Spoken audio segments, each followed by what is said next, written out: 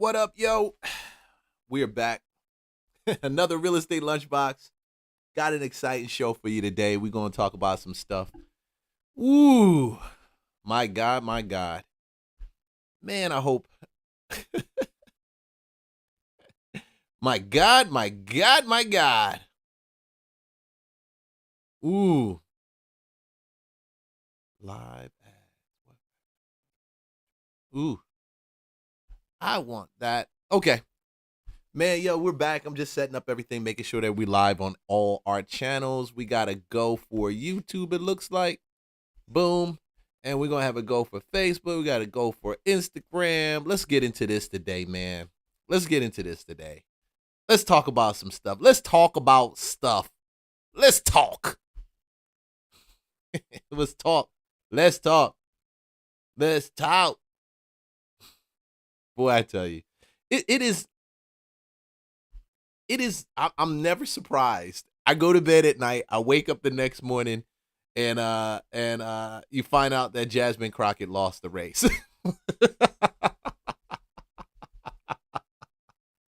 Woo, man, I gotta turn up my AC for this, bro.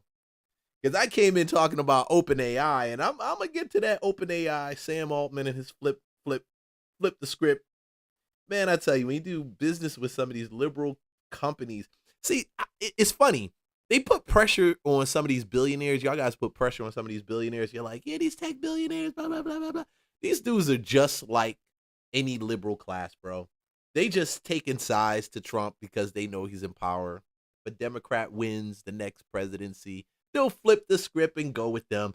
It's not an ideal ideology move that they have. It is all based on dollars and cents.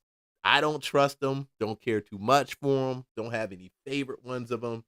But, you know, y'all may. And if you do, good for you. But honestly, I'm like, that's just what you would expect.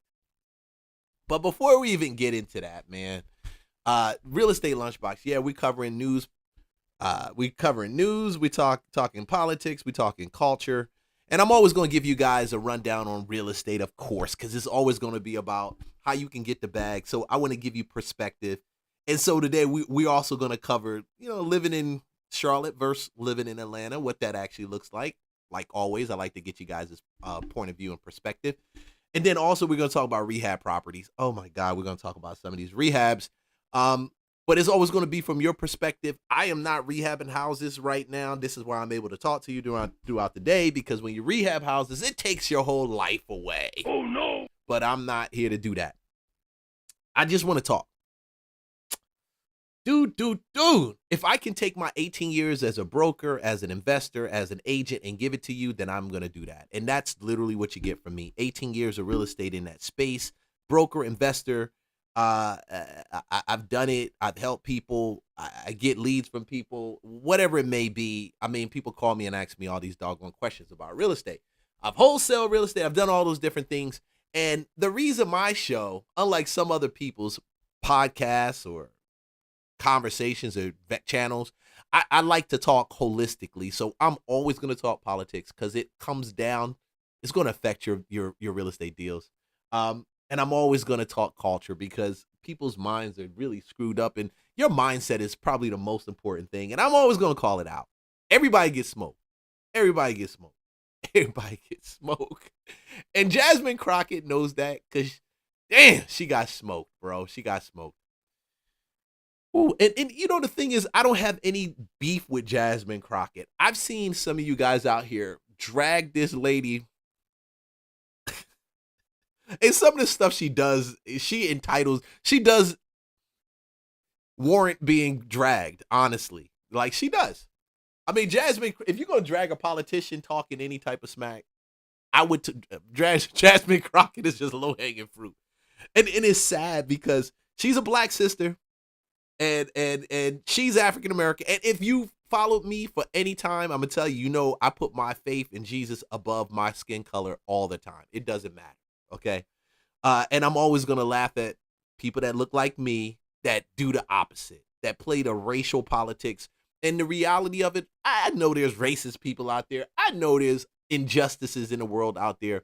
But man, when you lead with your race, and your color and you don't lead with your faith, guaranteed you're always going to be in that struggle place. You lead with your color and your race, you'll always be in that struggle place. Yo, so I will never hesitate to talk about politicians, whether white or black, that lead with it. Because at the end of the day, you vote these people into place. These people are responsible for you now having certain laws put in place in your communities. Don't talk to me about the white man coming to gentrification, because it's coming from the politicians you put into place. They put all this stuff to either stifle the growth of the community or they propel it. They either look at y'all as a victim or they look at you as someone that is well able and capable of creating your own wealth. All you need is somebody to talk to you and tell you how to actually do it, okay? And how to get your life in order. You just need insight. And one thing I said I wasn't going to do with this chick, after she turned around and got redistricted, her district got, reshuffled, and she said, I'm running for a Senate seat. And I wanted to see how that was going to work, especially going from a congressperson to a senator, and you're in the Democratic Party and you are running against another white male, which is very radical, more radical than she is, was a lot more radical than Jasmine Crockett is. Oh, damn. Dang. Bang, bang, bang. Let's go ahead and go down the line because, oh my gosh. I don't have any hate for Jasmine Crockett. Honestly, I don't. I mean, in this age of politicians, we got to understand that these politicians are all trying to be like Trump, bro. They're all playing the Trump card. They all trying to jock for your attention, jock for notoriety, and they don't understand that it's more than just jocking for attention and clout chasing. Like, you got to be able to bring the goods, and you got to have some balls to hold in place, especially when people don't like you, like they didn't like him. And in the Democratic primary for U.S. Senate, the votes were counted overnight, and State Representative James Tallarico is the projected winner over Congresswoman Jasmine Crockett after taking almost 53% of the vote. We have team coverage with reporters on both of these races. 53% of the people said, I'm voting for this guy, white guy, over you, black lady, and everything that you say. Even in a party that's supposedly a party of minorities, disenfranchised, rainbow coalition. I like talking about the Democratic Party. It's very interesting. Also results from District 33 having its first election since Texas redrew district lines. We want to begin, though, with our Lacey Beasley. Now, James Tallarico will be the winner for the Democratic primary for U.S. Senate here in Texas. His opponent, Jasmine Crockett, conceded this morning. And this comes after she pushed to keep the polls open here in Dallas County after there was some voter confusion. Take a listen to both candidates. I'm going to let this finish and I'm going to talk to you about this. Every vote must be counted. Every voice must be heard. The voter suppression in my home county and in Congresswoman Crockett's home county underscores the gravity of this moment. Tonight, the people of our state gave this country a little bit of hope, and a little bit of hope is a dangerous thing. We were able to keep the polls open, but I can tell you now that people have been disenfranchised. Unfortunately, this is what Republicans like to do. Let's stop right there. She's in a Democratic primary race. How the hell does Republicans have to do with this? And I'm probably going to talk about this more and more through it. It makes no sense to me. I don't understand why you would stand there and make that statement about Republicans when you're racing against a white guy that is a Democrat. And he's as liberal, if not more liberal than you. If anything, you should be saying, I wasn't liberal enough for you guys. Simply, that proves it. You guys went with him.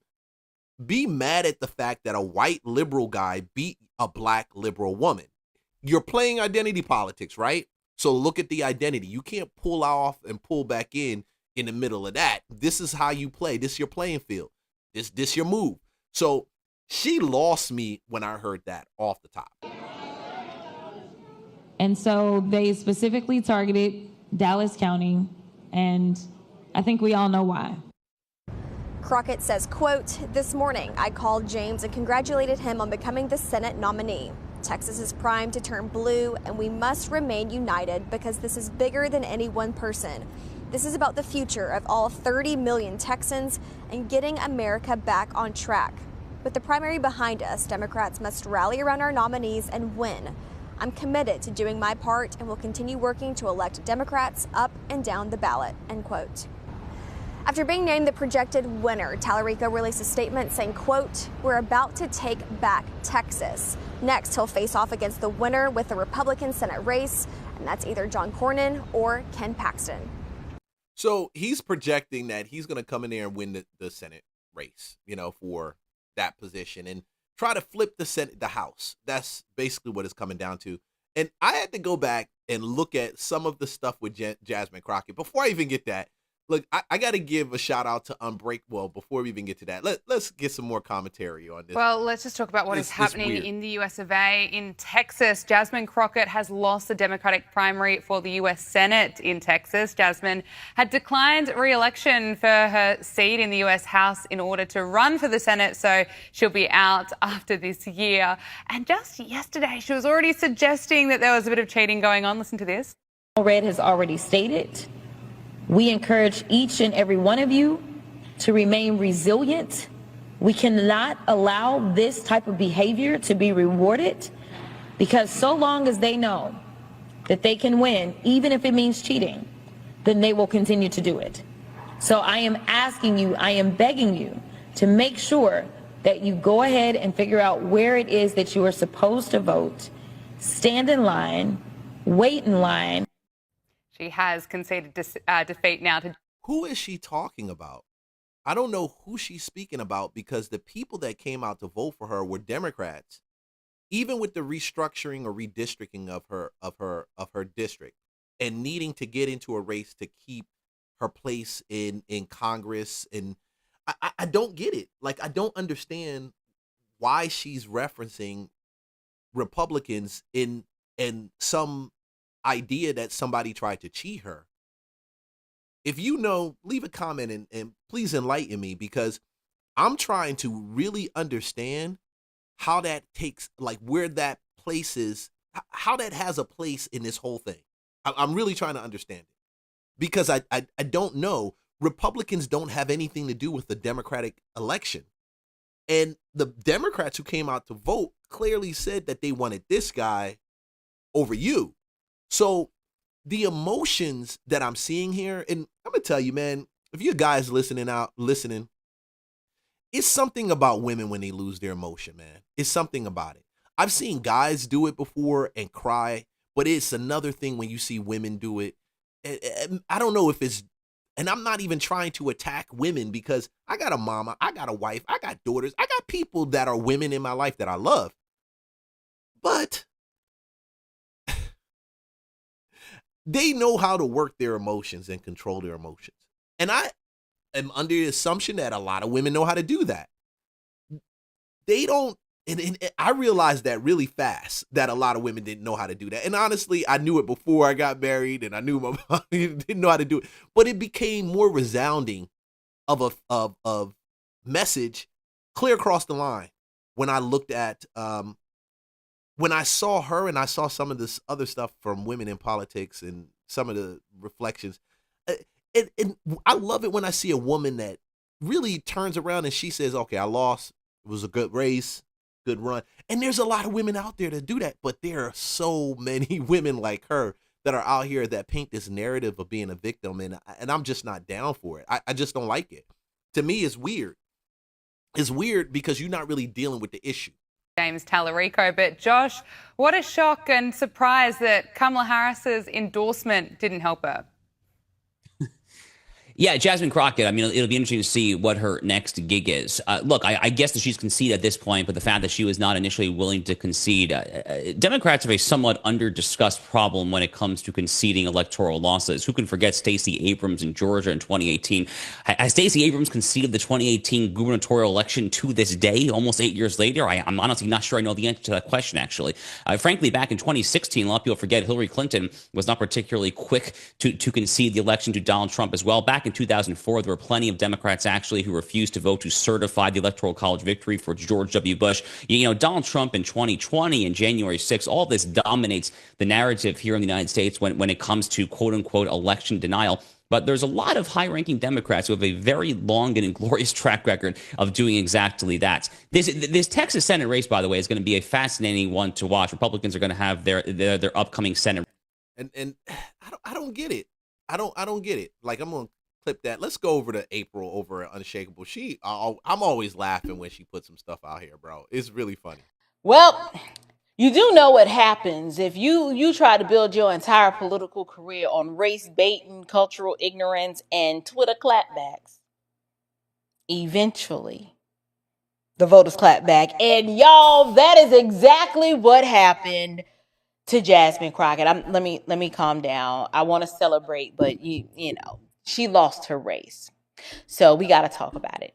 You guys, for years, Jasmine Crockett kind of strutted around Washington, D.C. like she was the queen of the hill, right? Throwing out accusations of racism, just sprinkling it out like it was confetti. She acted like every criticism was somehow Jim Crow in a pantsuit. But we now see that her political career has hit a wall.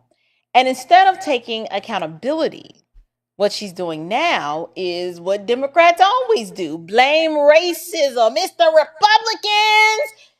We didn't do nothing. It's all their fault. Everything's racist. Blame the system. Literally blame everybody except the one person responsible. And that would be Jasmine Crockett herself. So today, we're going to do a political autopsy, right? We're just going to kind of look back and determine, how did lashes get here? Because Jasmine Crockett's fall tells us something very important about Black voters, Democrat strategy, and the limits that the race baiting politics, it's come to an end. I don't understand. Like, I really don't understand.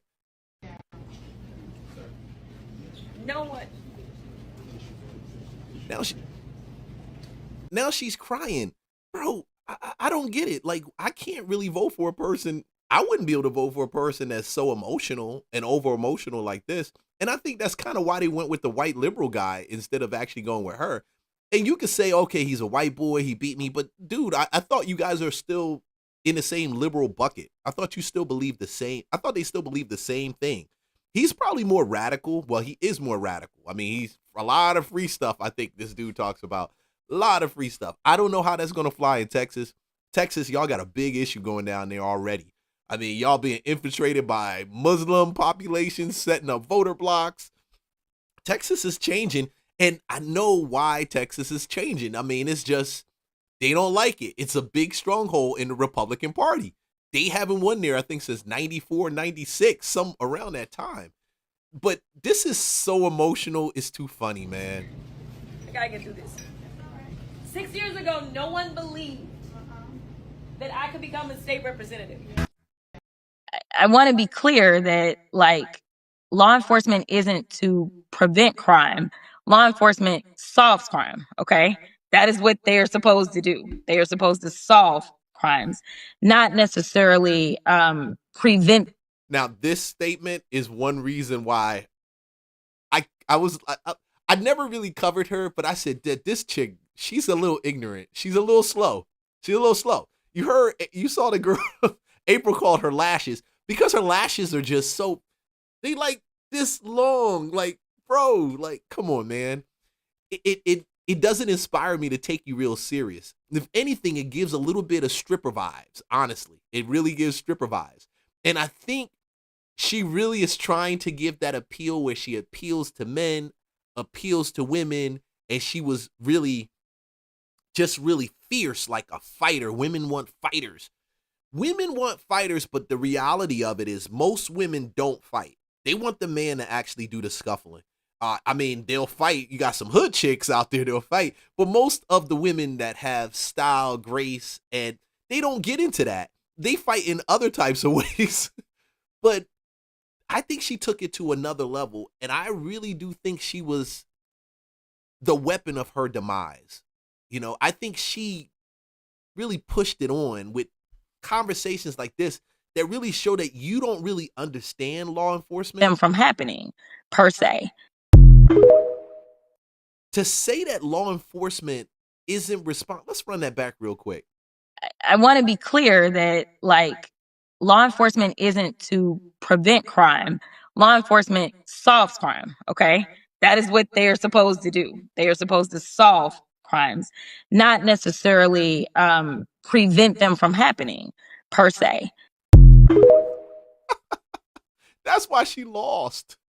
Maybe this is why Jasmine Crockett got beat in a landslide. Play the clip. Tired of the white tears. Listen, if you are competent, you are not concerned. When I walk into Congress every single day, you know why I don't feel a way and why you can't make me doubt who I am is because I know that I had to work 10 times as hard as they did just to get into the seat. When you look and you compare me to Marjorie Taylor Greene or me to Lauren Boebert, there is no comparison. And that is the life that we have always lived. So the only people that are crying are the mediocre white boys that have been beaten out by people that historically... The struggle bus. Man, nobody wants to be on you listen, if the struggle bus did this to this lady. The struggle bus. I said it before when I did the piece on Martin Luther King and who he was. That we shall overcome mentality. It's not a mentality that's conducive to building wealth. Honestly, it's not. You can feel for your people, and like I feel for my black people. I feel for black people, African Americans, but I feel from them from a different perspective. I feel from them from the perspective of they stay in that struggle mentality, and so they're never able to get to that victorious mentality. Like, you have to know when you walk into, whether it's real estate deals, whether you're walking into a press conference, whether you're going into a meeting, you're going to sit down with your attorney discussing whatever it is, you got to know that you're victorious. You have to have a real good grasp on your identity. And I feel like that's the thing that robs a lot of black people of being more successful. Their identity is too tied to this complexion, and this complexion has no power. It has no power. It has no ability to raise you. You can look at your history, which a lot of black people do that. I see Dr. Omar and some of these other ones. They say, oh, yeah, we come from a line of kings and all this other stuff. I get it. But would I rather come from a line of kings in this natural, or would I come from a line of kings in the spiritual? Jesus, the King of Kings, Lord of Lords. You're a Lord. You're a king. Why? And it's not gender specific. Why would you want to perpetuate that mentality? Because the people that don't look like you need to be encouraged by God too. He's not just a God for black people. He's a God for everybody. But boy, this did it to her. This really knocked her out. And she can't come to grips, I think, with understanding that she lost in a Democratic Party to a white liberal guy. She has yet to come to that. And if you want to take color, golly, let's get a little bit closer on this, bro. Check this out. They pushed that challenger to actually run against her. They both got money from the party. Somebody knew, listen, we need to put a black woman up here that has fire, and we need to put a white guy up here that will pull the voters that want to see a white guy in power. That they told you that because they backed that. They backed that. Now, I'm gonna tell you, if you say, Leon, the Republican Party has done this too, I wouldn't put it past some of the people in the Republican Party. But honestly, who cares? Because if you know who you are, you're not sitting and standing on that. And that's why I had to cover this with her. Honestly, it wasn't because I'm trying to really bash Jasmine Crockett, even though what she does is very funny to me. It's hilarious to me. She reminds me of the sister that I knew growing up in Philly that always has something to say, was the loudest one, had the lashes, could throw down, and then she got a degree from Villanova or Temple. I mean, that for some people they believe that qualifies you to be a leader. And I'm of the perspective that doesn't qualify you to be a leader. What qualifies you to actually be a leader is someone who actually knows themselves, who understands who they are, who they're speaking to, what is in them that they can provide to people, the value that they bring. She built her whole campaign on bashing Trump, and that's the most hilarious part. You can't sit down and build a campaign on bashing that guy. Matter of fact, I think she really did it because she wants to be like Trump. Like, some of these people believe in that Trump mentality, and that Trump mentality is what's necessary to be successful in this new polarized era of politics. And I'm not against that. I don't think that's wrong. Trump really showed us that being polarized in this space draws attention. But you got to realize he's strategic in doing that. And then sometimes he's just sloppy. I'm not going to lie. My president, he's my president, and he could be sloppy. But I like his personality. I like that FU personality. I knew it from the military. I had sergeants that were like that, drill sergeants that were like that. I just knew that. I knew from uncles that were like that. So I relate to that. I just don't relate to this. And I kind of believe if you're in Texas and you're slinging that, it's probably good on a lower level when you talk about dealing, and you got to get the people out there to vote as a congressperson, right? Representative. When you get to the Senate seat, it's a little bit more polarizing. It's a little bit more powerful, and it requires a little bit more backing and stick to it. Like, your mindset has to be different. You have a wider reach of people that you're advocating for. So the language that you speak, unlike your little small congressional area, you're speaking for a larger group of people. And I couldn't vote for a whiny woman. I just can't vote for a whiny woman. Had to work so much harder. Well, how'd that work out for you there, Jasmine Crockett? Yeah, I don't think that saying that you're tired of white tears was a very good campaign strategy. I mean, after all, there is a lot of white tears of joy along with my black tears of joy that are extremely happy that you are no longer in office. Bye.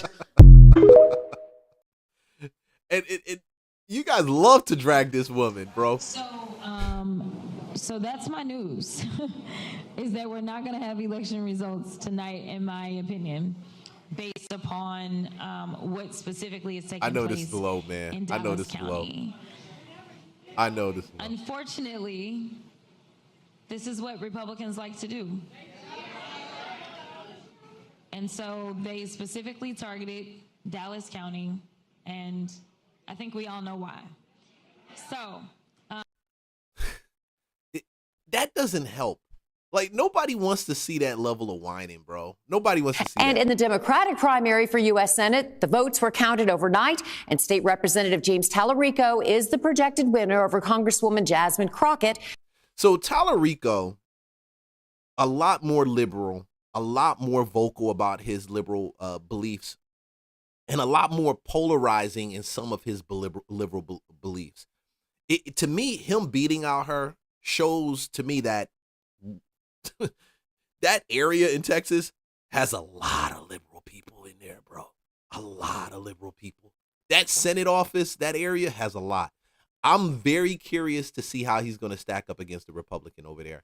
Texas has been red, but it's scary right now because Texas is going through a lot of different changes. And eventually, in my opinion, if the black voters, the freaking Republican voters, conservative black conservatives, white conservatives, people that are in the middle don't even get in there.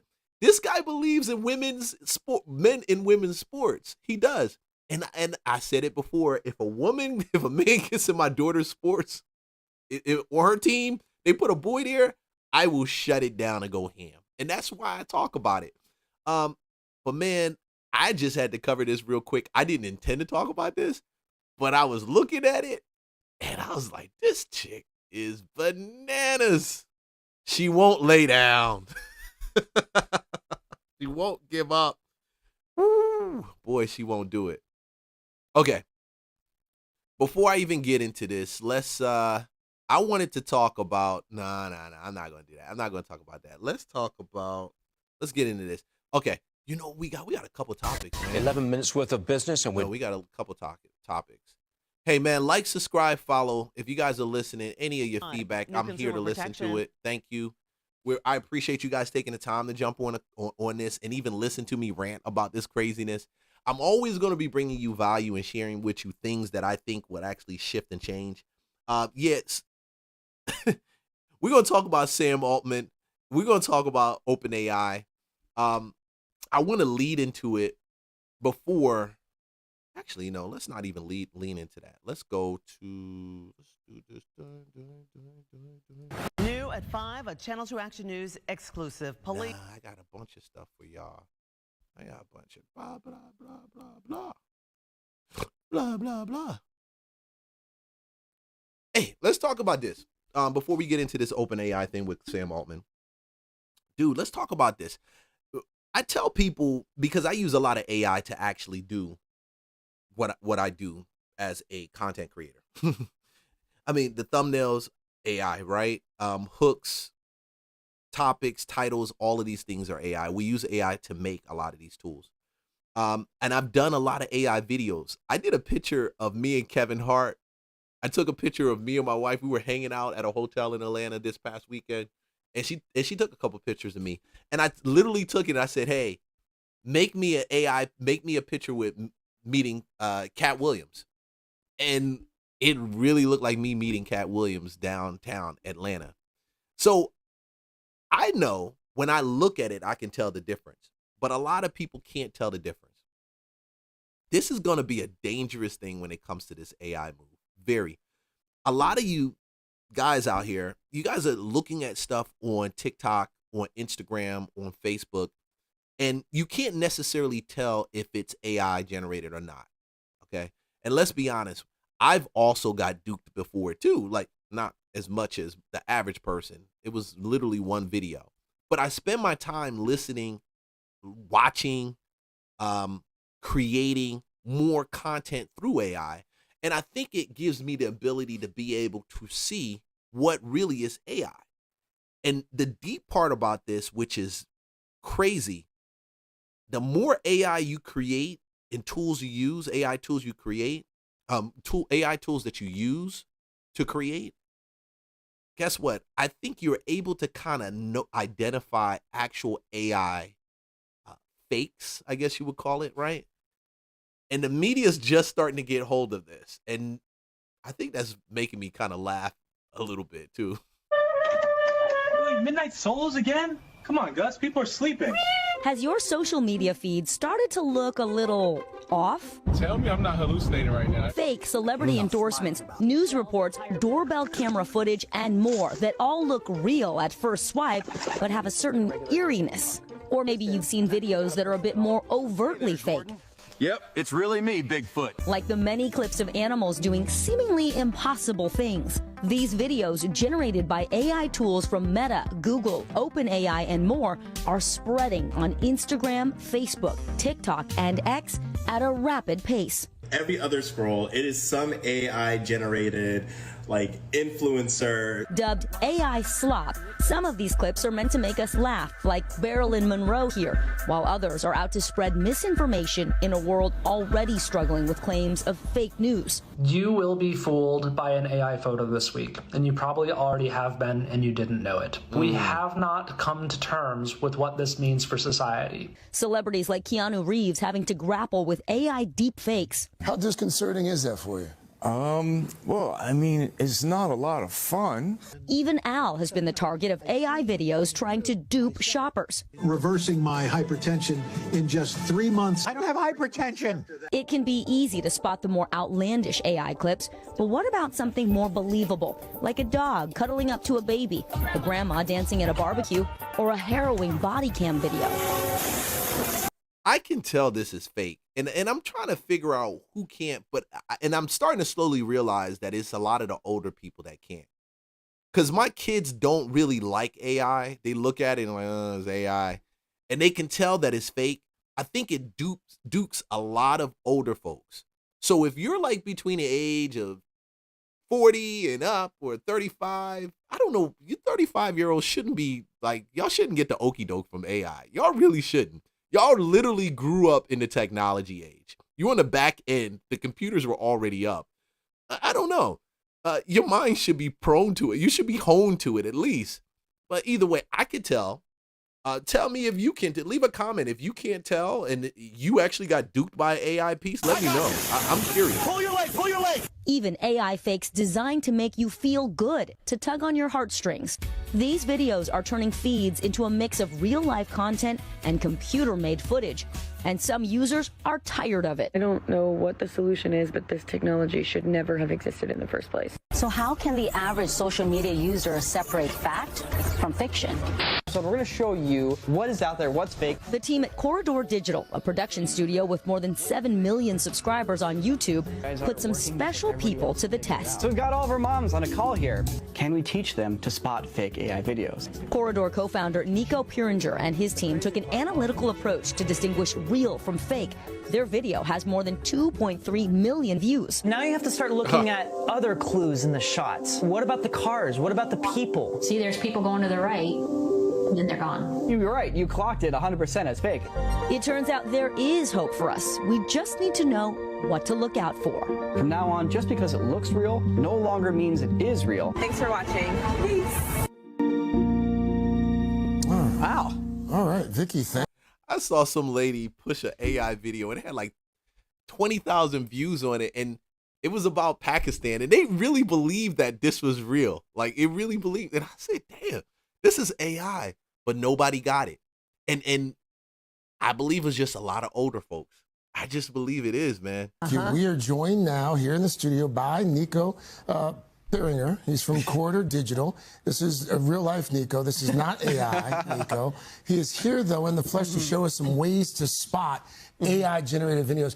Thanks for coming in from California to do this. Thanks for having me. I mean, before we get into, like, the tips and how we can spot real from fake, are we past the point of no return? I mean, are our efforts at this point futile? You know, I mean, I'm an optimist. I don't think so. You know, to me, it's like we've already been in an era for a while where it's easy to fake images. It's easy to fake text. We've armed ourselves with ways to figure out what's real and what's not in those regards. So, you know, it's just a matter of learning how to do that with video now. All right, let us get some tips, because this is what people really want. And your number one tip, which I think is a great one, and we have a video of, is it's the length of the video, right? Yeah. Tell us. That's the very first thing that I look at. Like, when I'm trying to tell if a video is fake or if it's real, I immediately look at how long is it. If it's 10 to 15 seconds long, it's a great indication that it's not Why a is legitimate that? video. Well, making AI videos takes a ton of computing resources. So I'm going to stop him right there, and he'll get into this. When you make a video in anything like open art, open art is probably one of the best ones. I love open art. I love making videos in open art. When you make a video, your maximum in open art, I think, is like 8 seconds, might be 10, depending on the generator that you're using. So you got to turn around and make at least 3 8-second videos to make a good at least 20-second video, right? To get over that 20-second mark. Most people, when you look online, if it's real and it's authentic, we do more than 30 like 8-second videos or even 20-second videos. Most people do 30-second, 45-second videos. It takes a lot to generate that. You're going to go through a bunch of credits because you're going from one screen to the next screen to the next one, and you're taking the ending of that one and matching it right to the beginning of the next screen. And that can be a lot of work. That's why they haven't turned around and made a full AI movie yet, because the systems still have that hallucination where even if it ends on one screen, let's say the guy picking up the suitcase, if it begins the next screen with the guy walking with the suitcase, it can look a little bit inconsistent, a little inconsistent. The time, yeah, definitely. It takes a lot of credits to run this. I have, if you check out Open Art, when I start every month with Open Art, I think I come in and I'm telling y'all a lot more than you probably want to know. Who knows? If you like this, you let me know. When I start, I think I'm starting with like 12,000 credits for the month. But to make 1 8-second video can run about 200 credits. And then you're talking about you make that video, and then that video may not be what you prompted it to do. It may be off. So you may had to, I actually at one time had to do 5, almost 6 videos. I think it was 6 videos until I actually got the initial start that I wanted that video to be like the prompt, until it actually obeyed the prompt. That's why I say this thing, and this is why I'm actually leading into this thing with Sam Altman, because I keep saying it, AI isn't ready. I don't know why we're firing people, why we're making it seem like we're in some type of AI rush and man needs to go. AI isn't ready. It produces more hallucination than, I don't say more, probably about 5%, depending on how well you use it, can be not consistently what you want. That 5%, like that little 5%, shoot, that thing can pop up in the middle of creating something. And you got to struggle through credits to get it right until you actually get to the end of it. And I'm giving you insight. If you're somebody that you're trying to do more AI videos and do a lot more AI content, or you're just getting into AI, you got to watch out for that, because even to have just I would say the entry level, I think it's the step 2, the second step up for OpenAI, Open Art, it's like $54 for that month. So they have packages that go as high as $179 and a little bit more. You can buy those credits, but it becomes expensive, especially if you're not making money off of it. So it's already using some of the most powerful computers we have available just to get 15 seconds. So to get beyond that right now is a little bit beyond the capabilities of just the machines that we have. Okay. Are there editing programs, though, that you can use to stitch longer videos together? Certainly. You know, just like, you know, a visual effects artist can sit down and make an illusion out of nothing. You can still work with, you know, AI videos and push it beyond what the capabilities currently are, though. All right, let's figure out if things are real or not. This is your second big tip. So what sort of details, when you're doing something AI, what kind of problems do people generating AI have with the details? Oh, man, I mean, the details are tough. Yeah. There's a lot of little things to look at. One thing I love watching is just picking people out in the background and following through the shot. And you'll see them do things that don't make any sense. They'll walk into traffic, they'll walk the wrong way. You know, for this example here, you know, you can look at some of the details here. That the text is a great thing to look at. What are you looking at? So, for example, there's a little sign that says tax. Oh, tax. Taxi. Yeah. Okay. And then it becomes far. Far. It just changes in the middle. That's a good one. Yeah. So it's those little bits of text are great to look at, but also like watching people. Like there's a guy walking up who looks like a police officer for a minute, and then he just like shows up in the shot. What about the architectural nonsense? What is that? Yeah. Oh, the architectural, it's very dreamlike sometimes. You'll see a door like opening to like a wall of nothing, or like windows that are right in front of like a concrete wall. Things that just don't make sense. Yeah, like I did a shot for a video. It's on my playlist. I think I released it yesterday or the day before yesterday. It was talking about teens mobbing Atlanta. And I put a picture of the Battery wall. Now, that's the wall going into the Battery, because I literally wanted the scene to be them walking out of the Atlanta Battery. And if you don't know what that is, that's where the Braves play baseball. But it puts it right smack in the middle of the street, and most people won't notice it. I ran with the picture because most people wouldn't notice it. I knew where that was.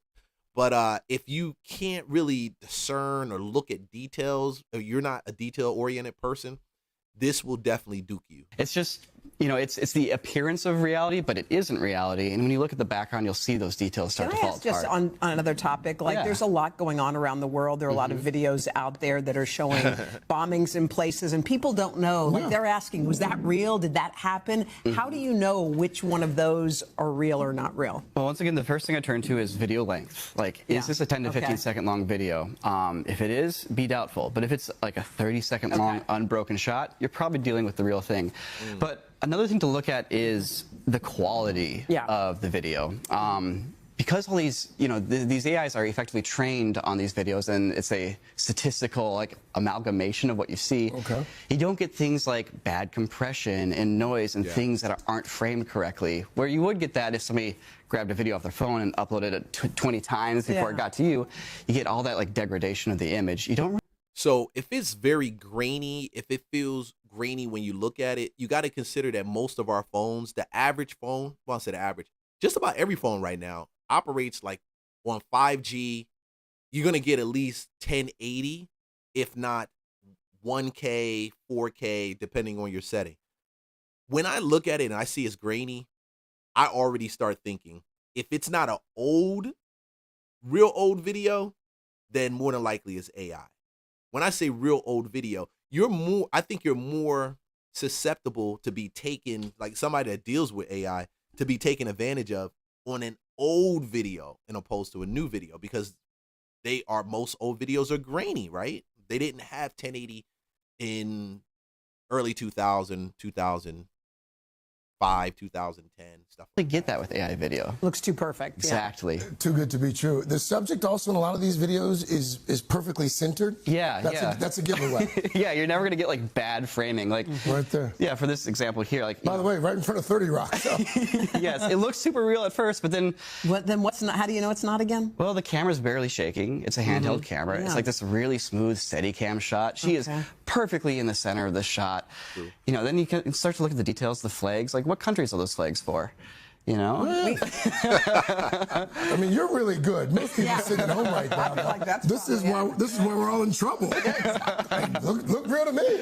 Yeah. All right, give us your last tip. You said you should use skepticism when you look at these things. At the end of the day, all the tools that you're armed with when it comes to sussing out what's real and what's fake still apply to video. What's the context? The 3 C's here, right? The common sense and context. What are you being shown? Are they trying to get money from you? Are they trying to get you to do something that should trigger some red flags?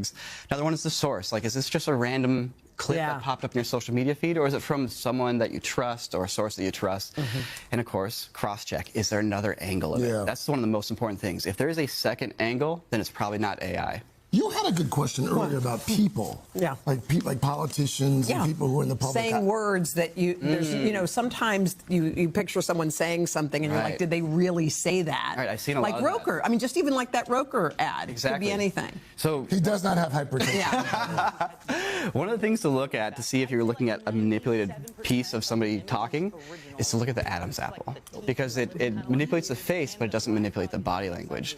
So if the Adam's apple doesn't bob and move at the same rate in the rhythm of the speech, that's a sign that you're looking at a manipulated image. Wow. Okay. And folks who want to follow you on YouTube. And this is like really crazy. And I took a second to talk about this simply because I see too many people getting played by these AI videos. I'm trying to figure out how you can't tell, but I get it, because if you don't use AI enough, you're not going to be able to tell. And that's just the reality of it right now. A lot of people don't use AI. They really don't. And so when they get duped by a lot of this stuff, and I feel worse for older folks. Man, if you're an older person and you have never used AI, I really, really feel sorry for you, because and it's going to get worse. It's not going to get better. Like the new Nano Banana 2 that was released. Oh, that thing is so sexy. It's so bananas. When I say it's sexy, the thing is sexy, bro. I mean, 1K, 2K, 4K pictures. And I can't load those pictures up for YouTube for anything, because YouTube, for whatever reason, YouTube, y'all hearing me? Shoot. They can't use a 4K thumbnail. It's got to be compressed, and when it's compressed, it just doesn't look as good. But I think it's going to get deeper. I think it's going to get real deeper. Around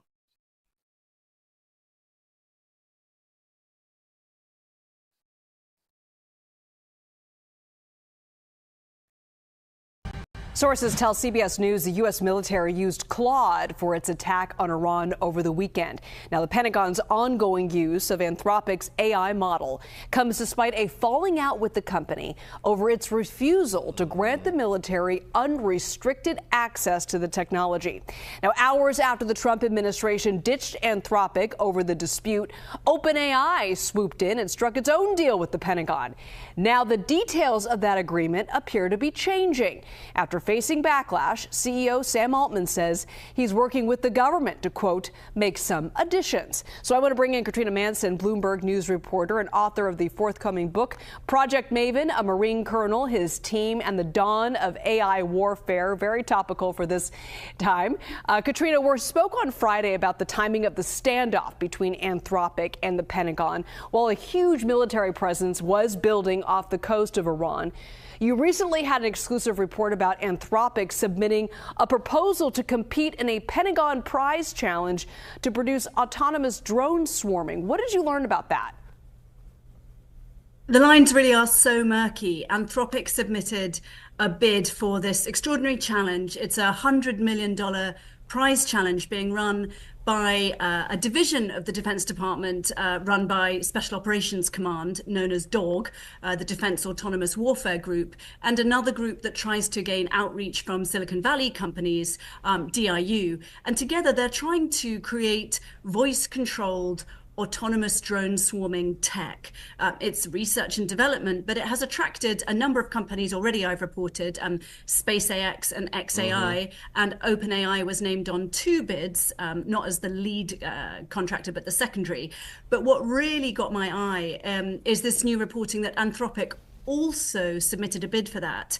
It doesn't seem to have been chosen, we've reported at Bloomberg, but Anthropic, I learned, according to a person familiar with the matter, didn't think that this deal crossed its own red line. And of course, when you do look at Dario Amadei's comments in public, he said he's against fully autonomous weapons only because the AI is not yet reliable. He is not against the idea in theory. And so I do think we're really seeing this onset of a new form of future war.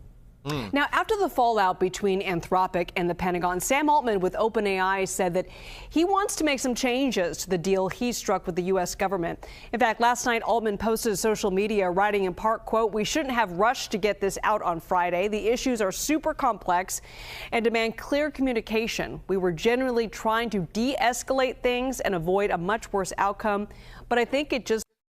I think it a much worse outcome, but I think it just looked opportunistic and sloppy. It's opportunistic and it is sloppy.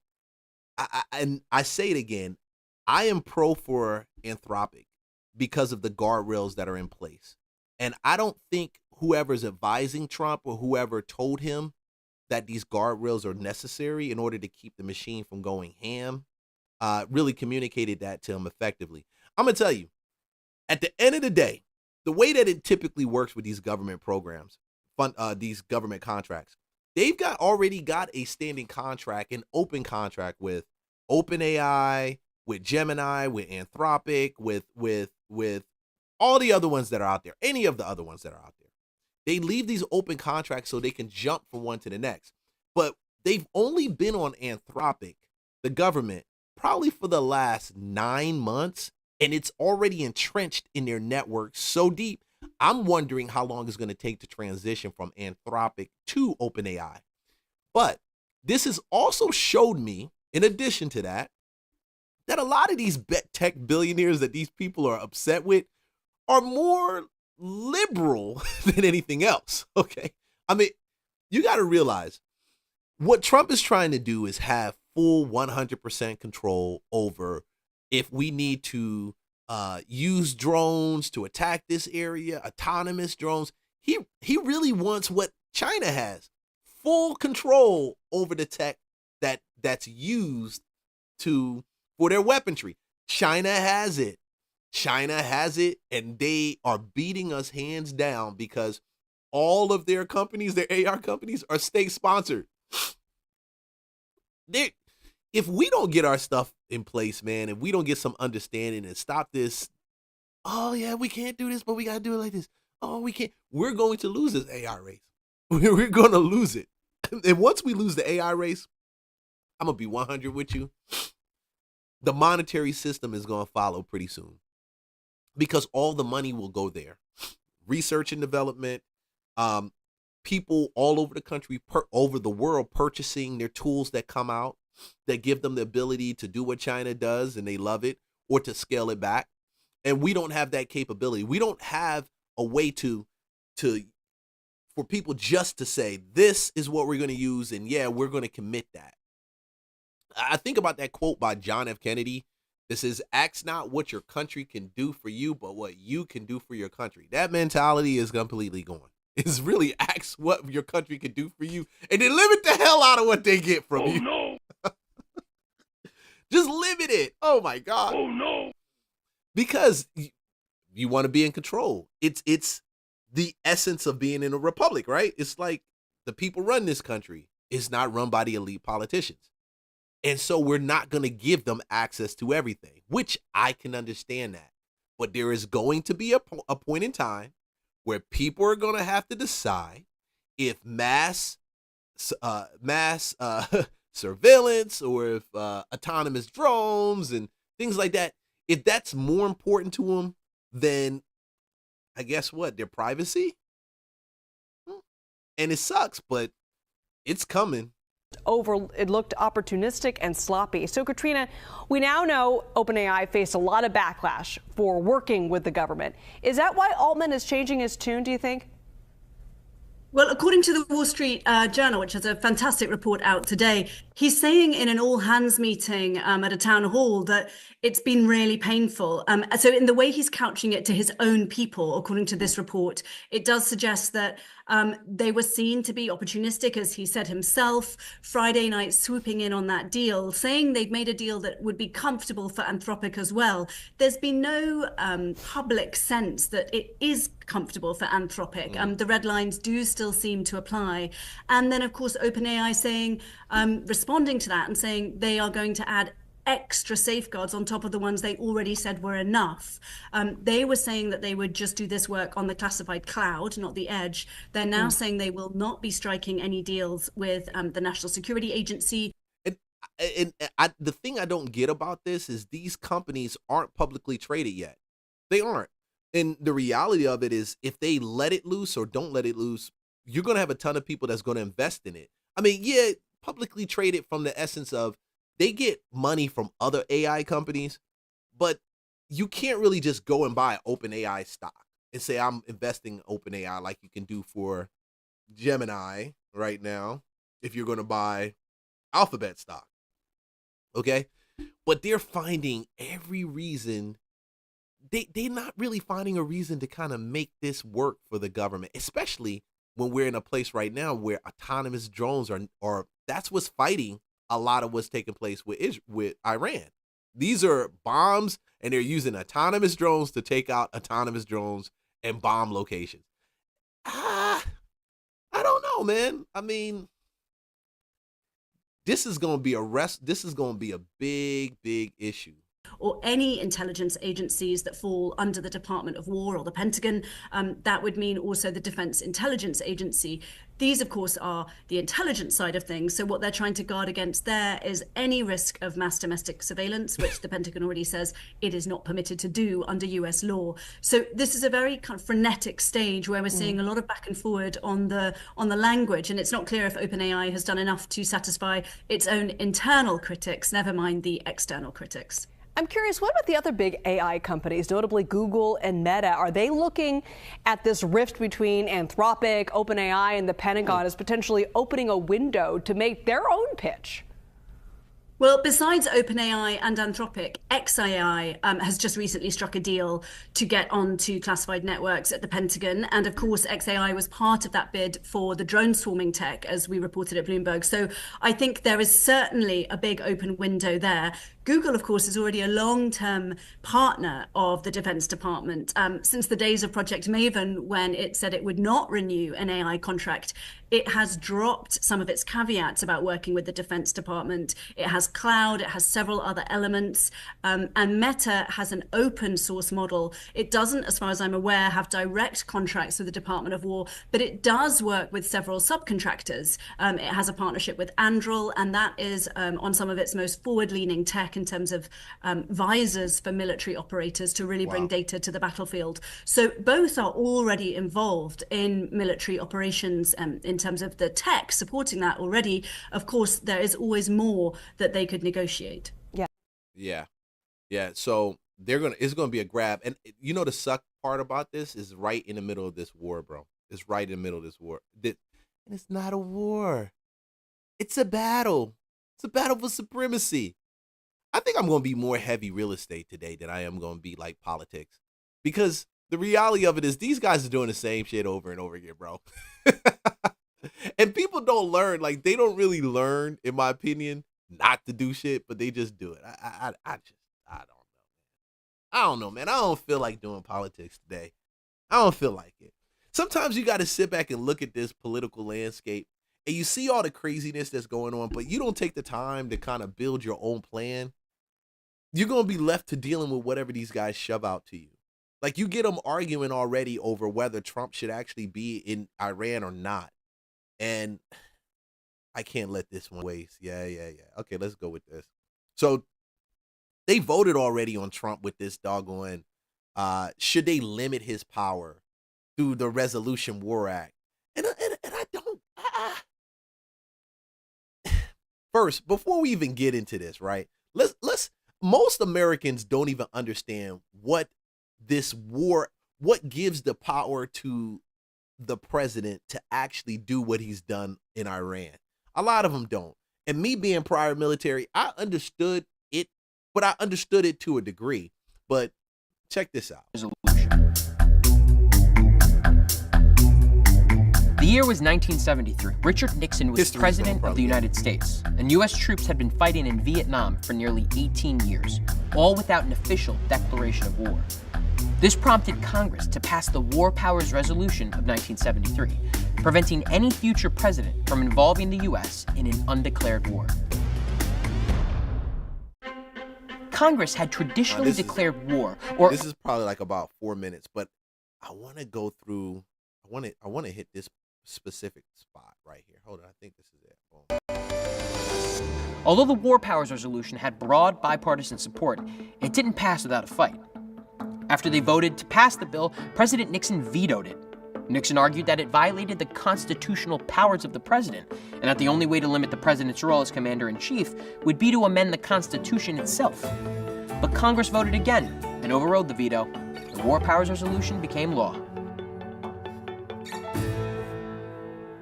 Despite the resolution, presidents and Congress have still been at odds when it comes to military action. In 1981, President Ronald Reagan deployed several U.S. military advisors to El Salvador without reporting to Congress. Some members of Congress filed a federal lawsuit, but the court dismissed the case.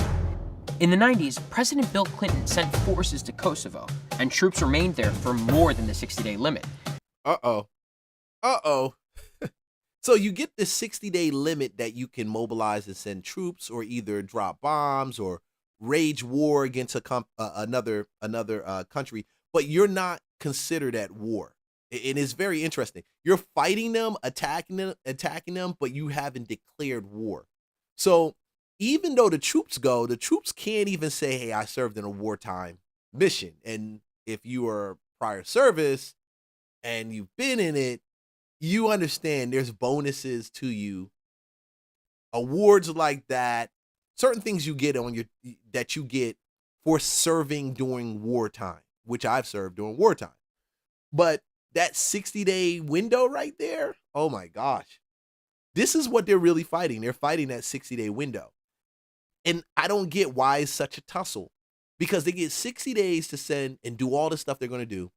But in that 30th day, they got to reel it back. They got to bring it back.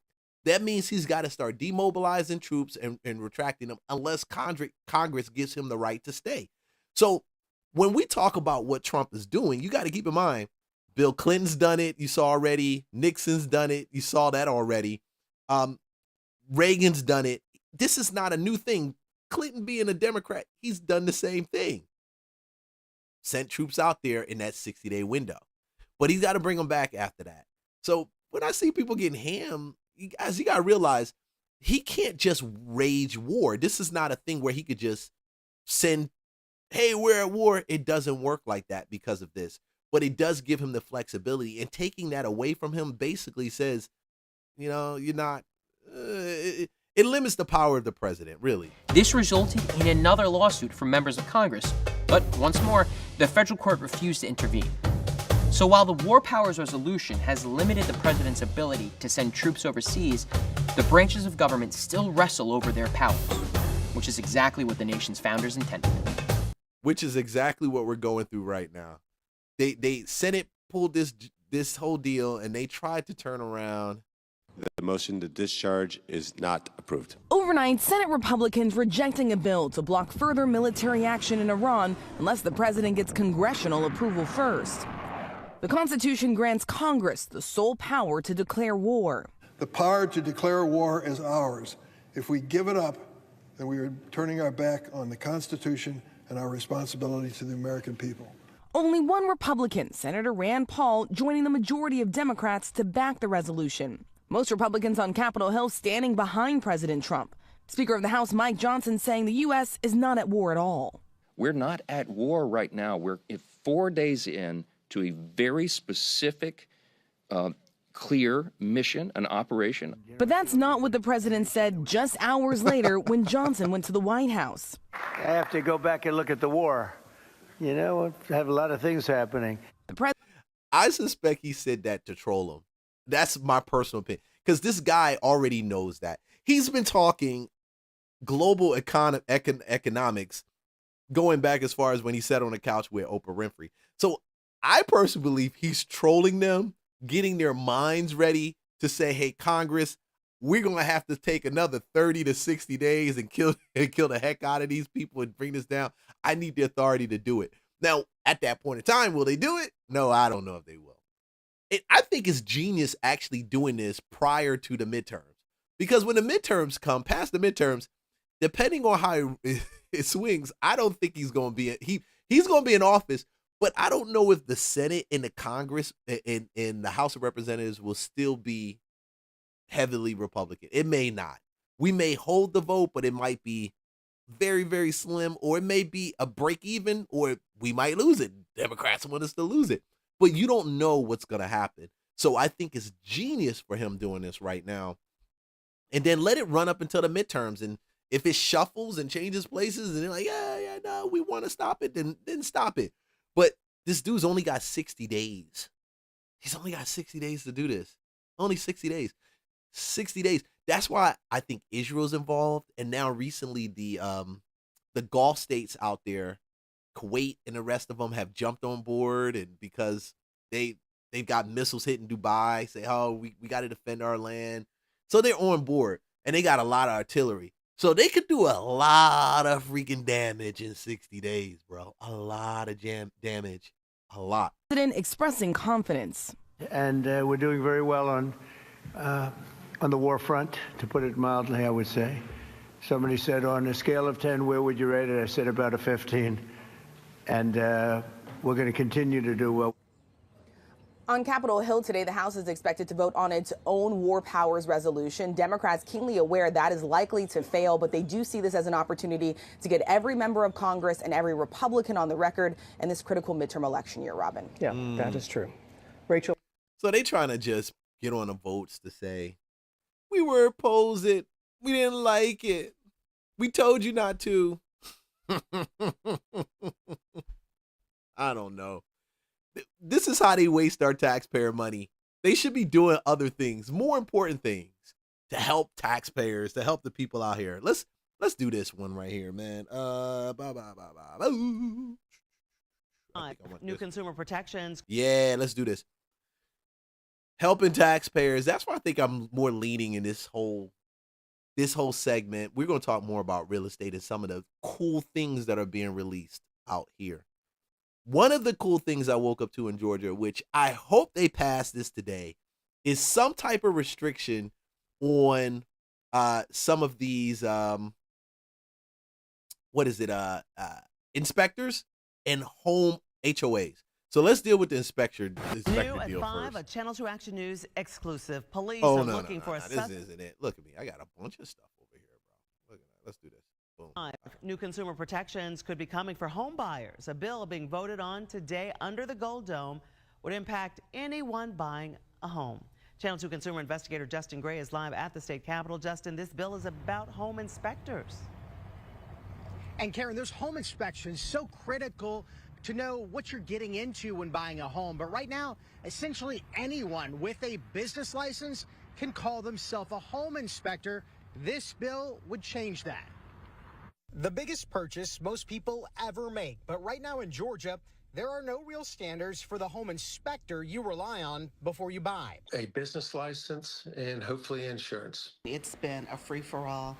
Licensed home inspectors didn't exist. We didn't have any licensing requirements for them. The Georgia State Senate is looking to change that. Senate Bill 458 would require home inspectors have a state license, quote, establishing minimum qualifications, education, experience, and unfair trade practices for home inspectors, thereby protecting consumers from unqualified or unethical practitioners. Real estate agent Maya Sly says that would give valuable protections for homeowners. A home is the most expensive purchase that most are ever going to make, so just having a standard professional requirement is going to be great for both home buyers and sellers. And it's something many home inspectors themselves support. Scott Johnson has been a home inspector for 3 decades. Every state that touches Georgia is a licensed state. And I think that us having licensure is going to benefit the consumers. And that's what we are, is we're consumer advocates. Now, this bill passed out of Senate committee was set to be voted on. Now, I'm going to tell you why is this important, because I don't know about a lot of other states. In Georgia, it's almost run like the Wild West. I keep telling people this. It's almost like the Wild West. We don't need a license to do wholesaling. We don't need a license to do some of the other things in real estate, but you do need a license, and home inspection was one of those things. So when I hire a home inspector, none of them show up saying, yeah, I'm licensed this, I'm licensed that. No, they typically show up and say, hey, I'm covered in case something happens with damages. They go do an inspection. They give me a report, if not that day, the very next day. And there's no real standard to if they're overlooking something and making it a problem or if it's a real problem, you see? And there's been situations where you'll get the home inspection report and they'll say, oh, this is critical. But you look at it and it's really not critical. It's really not. It's almost like they mark up the inspection report with no guidelines to make you say, hey, thank you for the $400 you paid us. We did our job. Congratulations. Well done. Oh, but they don't have a standard. So I think doing this will actually make it very standardized throughout Georgia, and I'm hoping other states adopt this too. Getting a home inspection done on your house is so important. Whether you're investing in that property, whether you're turning around and you're like, man, I'm just going to flip this. You just want to know every single thing going on with that place. And if you know every single thing, or at least exhausted every possibility of finding out what's going on with it, and it's done where the people that's telling you are credible, that they have the experience and they've gone through the licensing, it'll make you sleep a whole lot better. It'll make you sleep a whole lot better. And I'm surprised that they didn't take this long to do this, but they're voting on this today, and today is what, the 5th in Georgia, and I suspect that it's going to pass. And we needed this.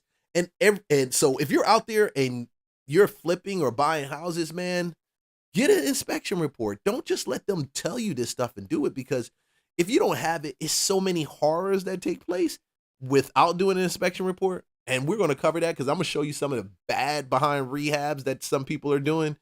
And I just think it's necessary. And I'm surprised it took this long. I actually, for a period of time, I thought that the inspectors were licensed, but on the Senate floor late today, but just within the past hour, the Senate adjourned for the day, so we expect that vote to come sometime later this week. We'll continue to track it. We're live at the state capitol. Justin Gray, Channel 2 Action News.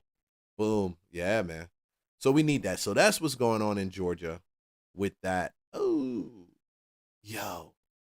Georgia. Oh, shoot. Let's do this one right here. I told you I'm going to do more heavy real estate today. I'm telling you. Because there's so much stuff that's lingering out here that people are. Let's talk about these HOAs. I'm dumping on real estate today. I think I'm dumping on it. Because there's enough people out here, in my personal opinion, they're just doing a bunch of stupid stuff, and I keep seeing it. So, HOA. I'm being billed $22,000 for a house that I bought exactly 12 months ago. So I live in an HOA, and I purchased my home in May of 2024. And in March of 2025, this year, I was made aware that there was going to be a hefty assessment fee that needs to be paid.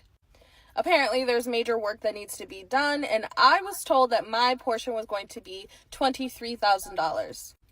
That amount has been reduced to $22,000. Now, I was originally told that we had till June 1st to make half of the payment, and then the rest would be paid after the work was done. That's when I was notified that no, it's not due June 1st. It's actually due April 30th. At this point, it's like the beginning of April at this point. I went back and forth with my HOA, like, hey, I wasn't made aware of this. Like, what were the notifications like? How were you sending these out? Well, they acknowledged that while the communication was really spotty for it, I should have been notified about the work needing to be done before I purchased the home. I was legitimately just called about this as I was filming this. Anyways, if you live in a townhouse that is in an HOA, then you know you have to approve of the HOA documents before purchasing the home. So how that works is the seller will request the HOA documents from the association, and then the association will provide the HOA documents to the seller, and then the seller provides them to you. You go over those documents to ultimately make the decision of, is this an association that I want to be a part of, or does these rules and regulations just not align with what I want? Long story short, my realtor was sent the documents that stated that there was going to need to be this work done in spring of 2025. She never forwarded those documents to me. When I confronted my realtor about not providing me with the documents, she immediately went into defense mode, calling my house a dump and saying, how could you not tell that this house needed work? And like, let's not get it twisted. My house is not like, it's not perfect, but it's also not in shambles. All the issues that I could see with my house were like things that could be fixed, like paint chipping and whatever. But like, no, from the naked eye, you can absolutely not tell that there needs to be $23,000 worth of work going into it, which the work. Okay, so let me stop her real quick. Keep in mind, HOAs, think of the mafia. Okay, think of the real estate mafia. You buy a property, they always in your pocket like, yo, what up? We need our cut. Or worse, cartel. We taking everything, bro. Pay us for protection. And it really is protection. So if you don't know what an HOA is, and I'm assuming if you started this video and you're watching it, or you're here listening to me talk about this, or her talk, you have an idea what an HOA is. HOA is. What you may not know is there are mandatory HOAs, there's voluntary HOAs, and then there's no HOAs. So not every HOA is a mandatory HOA. But if it's a mandatory HOA, which we have quite a few of them in Georgia, that HOA is going to require you to do certain specific things. They're going to have guidelines that you need to have in your email for you to read before you finish closing on that property. You should be able to know what the HOA, you should know what the HOA fees are.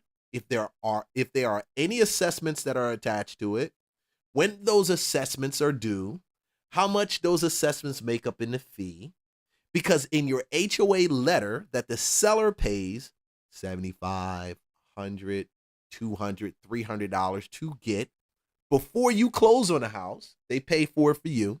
That letter transfers it into the new buyer's name. So they got to pay that, which I've done plenty of times, for the new buyer to actually take possession and be recorded in the HOA as the owner. You are supposed to know every single thing about the HOA at that time. You should know if they have enough money in surplus or if they are struggling. I've been at HOAs where you had a bunch of money in surplus, which was good. That means they could fix things that got broken, street lights, playground stuff, any of that. And then I've been in HOAs where, damn, you're like, shoot, freak. You mean to tell me you negative 20,000? Oh no. Godly.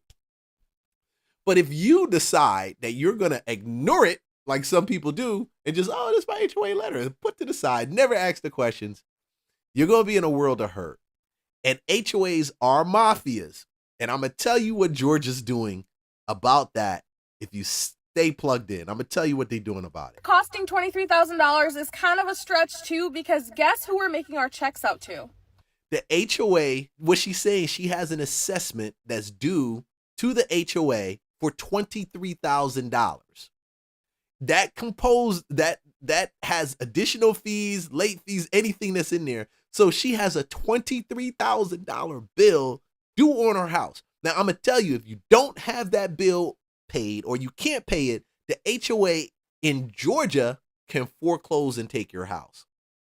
No lie, it's happened. You can buy a $500,000 house, have a $23,000 assessment, not pay it, and you lose it. And damn, I hope you don't have any equity in it, because they will take it, resell it, and the HOA, they don't. You get the money in Georgia. I don't know. You get that money, that difference of making up their fee.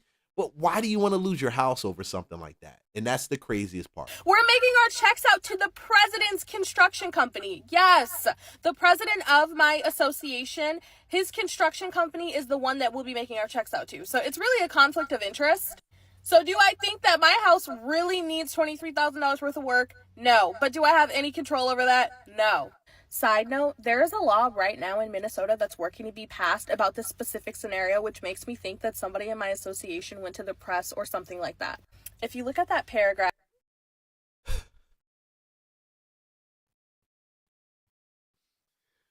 Minnesota. Oh, I tell you, Minnesota, bro. Stealing Somalian money, Somalians stealing money, and now y'all stealing home HOA money. This is so backwards. It makes sense to me now. How you get a $23,000 assessment and the president of the HOA has the construction company that does the work. Oh, God. Y'all just rob people left and right. Thieves, bro. Thieves. It states here, the reformer has reported on the stories of homeowners who were surprised with huge bills for repairs they didn't think were necessary. At least one property management company also owns a construction firm, raising questions about conflict of interest.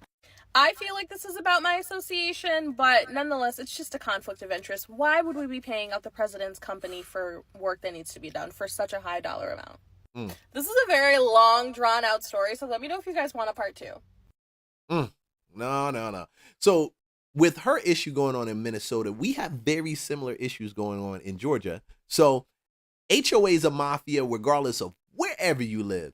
So I tell people, you need to know what type of restraints that the state has placed on your HOA. You need to know what they can and cannot do. Because these jokers will do anything and everything if nobody puts them in check, okay? And Georgia, thank you, Georgia. People talk about Georgia. You guys come from New York and y'all down here, oh, I can't take it. I can say one thing about Georgia. Georgia, even though it has its issues on the state level, that it does very well when it comes to people who own houses, people who own businesses, incentivizing them and protecting their rights. So I'm hoping that this passes. Homeowners associations in Georgia may soon have to answer to a state oversight office. A bill to rein in what legislatures call HOA abuse of power passed the Senate today. It addresses many of the issues uncovered in Anastasia Olmos's investigative series, HOA Nightmares. One thing is clear from the stories that we've covered in the last year, from all of the communities that we've been in to the Senate floor vote today, Georgia homeowners need oversight of their. If you're watching this, like, subscribe, please. I love it. When people do that, it helps the algorithm. Let's go. HOAs. For years, HOA bills in Georgia never even made it to the Senate floor for a vote. Today, SB 406 not only passed, it passed unanimously. In our own survey of 200 homeowners experiencing issues with their HOAs, we found they owe an average of more than $8,000 for things like not power washing their home or having dull shutters. Many are in lawsuits with liens on their homes and no way to afford a lawyer. In short, this bill would assign HOA oversight to the Secretary of State, including enforcement powers, create a 5-person state board to review complaints and hold hearings, require HOAs to keep 10 years of financial records, and provide the previous year to the state, raise foreclosure threshold of $4,000. Let's run. Foreclosure threshold from $2,000 to $4,000 in unpaid dues, not fines and fees. Program funding. So, unpaid dues, not fines and fees. Unpaid dues. This is necessary. I had a deal before I was doing a fix and flip on it, and crazy talk. This is crazy talk. they said that the HOA basically said, hey, well, they didn't basically say, they said it. If you're going to buy this house, nobody can rent this house. That means the whole subdivision was banned from renting. And if you had to rent, the HOA had to approve it. And guess what? There was only a 20% threshold, meaning that only 20% of these houses that, and I think we had a total of about 150 houses in the HOA, only 20%. Anything about E-Estate yet? Okay, E-Estate yet. I don't. Okay, cool. Danny Jones. All right, Danny. Like HOA. I'm still trying to figure out. Like they turned around and banned, and they said 20%, and you had 186 houses in that subdivision. Oh my gosh, it's horrible because I get a contract on it, and the people that's buying it, somebody's buying it for them to lease it from them for at least the first 6 months and then buy it from them after that 6 months. I'm like, that's private business. But they said, listen, if the person living there is not the same person that's on the title, guess what? We're going to fine you $50 to $75 every month. Not just that, we're also going to fine you. Also won't have any say or anything that happens. That means they're going to live there and they can't go to any HOA meetings. They won't know any updates that took place. I thought it was horrible, bro. Thought it was horrible. You got to bring these HOAs in because nobody wants to pay $600,000, $500,000 for a house. And then you tell me I can't do what I want to do with it. And I'm not talking about painting it pink, but I'm damn well talking about if I need to lease it out to my kids, to someone. You don't need to be the person telling me I can't do it. Would come from an annual registration fee of $100 per association. And we spoke with the bill's sponsor, Senator Matt Brass, right after the vote. Your initial reaction? Excited. A lot of work went into that. Senator Donzella James started working on this 5 years ago. She brought me in about 3 years ago by sending some constituents to me. And I just think everybody out there needs to know their voices are heard, and we're going to continue fighting for them. The bill also allows HOAs to opt out of registering, but they would not be able to issue any fines or fees. Now, the next step for this bill to become law would be for it to head over to the House for a final vote. Of course, we will keep you updated. I'm Anastasia Olmos reporting at the Capitol, Atlanta. HOAs. So if you're buying a house, keep in mind that HOA is very important. You really should get those HOA docs, review them, and make sure before you buy it that it's the right one. That you really want to get in bed with these cats, bro. You really do. So let's go through and do some reactions. Let's do some reactions. If you're not talking today, it's cool. Allow me to do what I do. Okay, I got y'all because I see some of y'all out there. Let's go. Ooh, living in Charlotte versus living in Atlanta. Let's go. So I've lived in Atlanta most of my life, but like for the last 2 years, I've been back and forth between Charlotte and Atlanta. And I can genuinely say, after being in Charlotte for these 2 years, I would never walk around downtown alone. But Charlotte's a little different.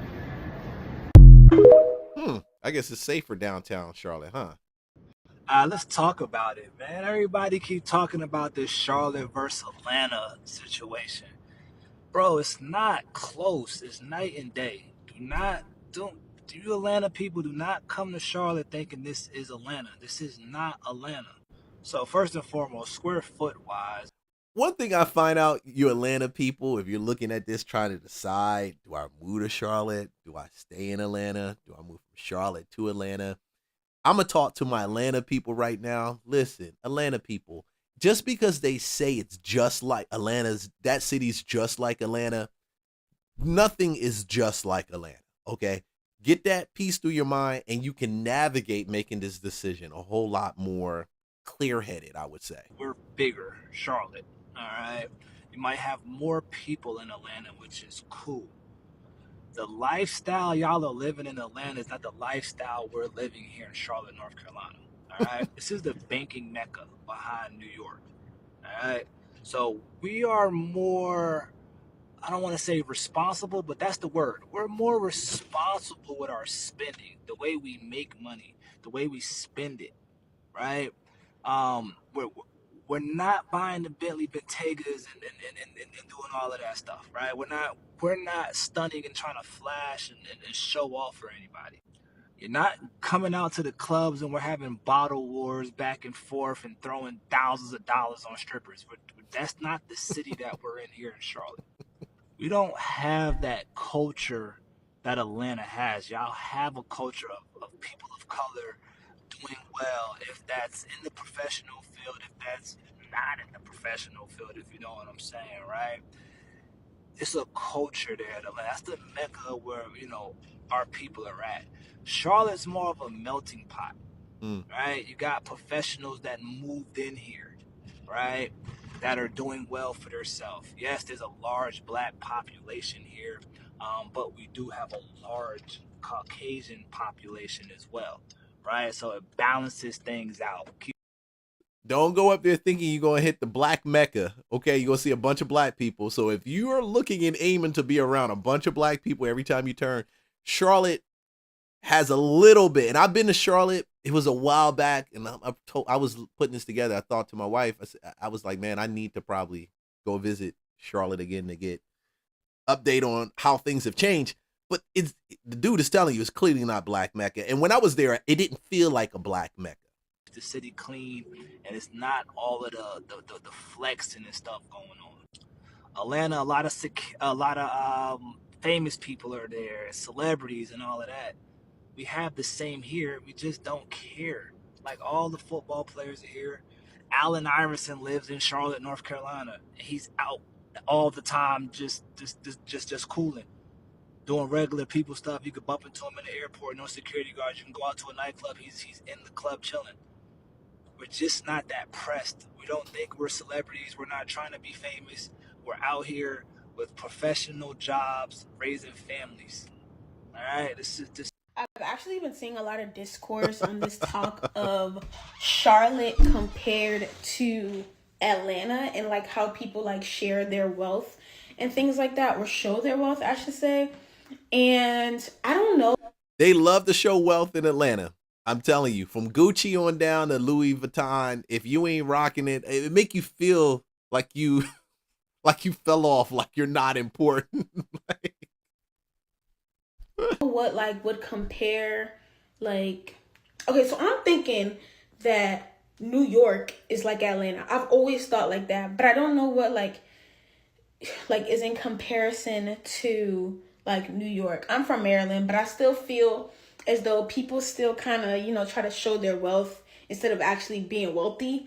So, what compares to New York in the sense of trying to show up and show out and be what you're actually not?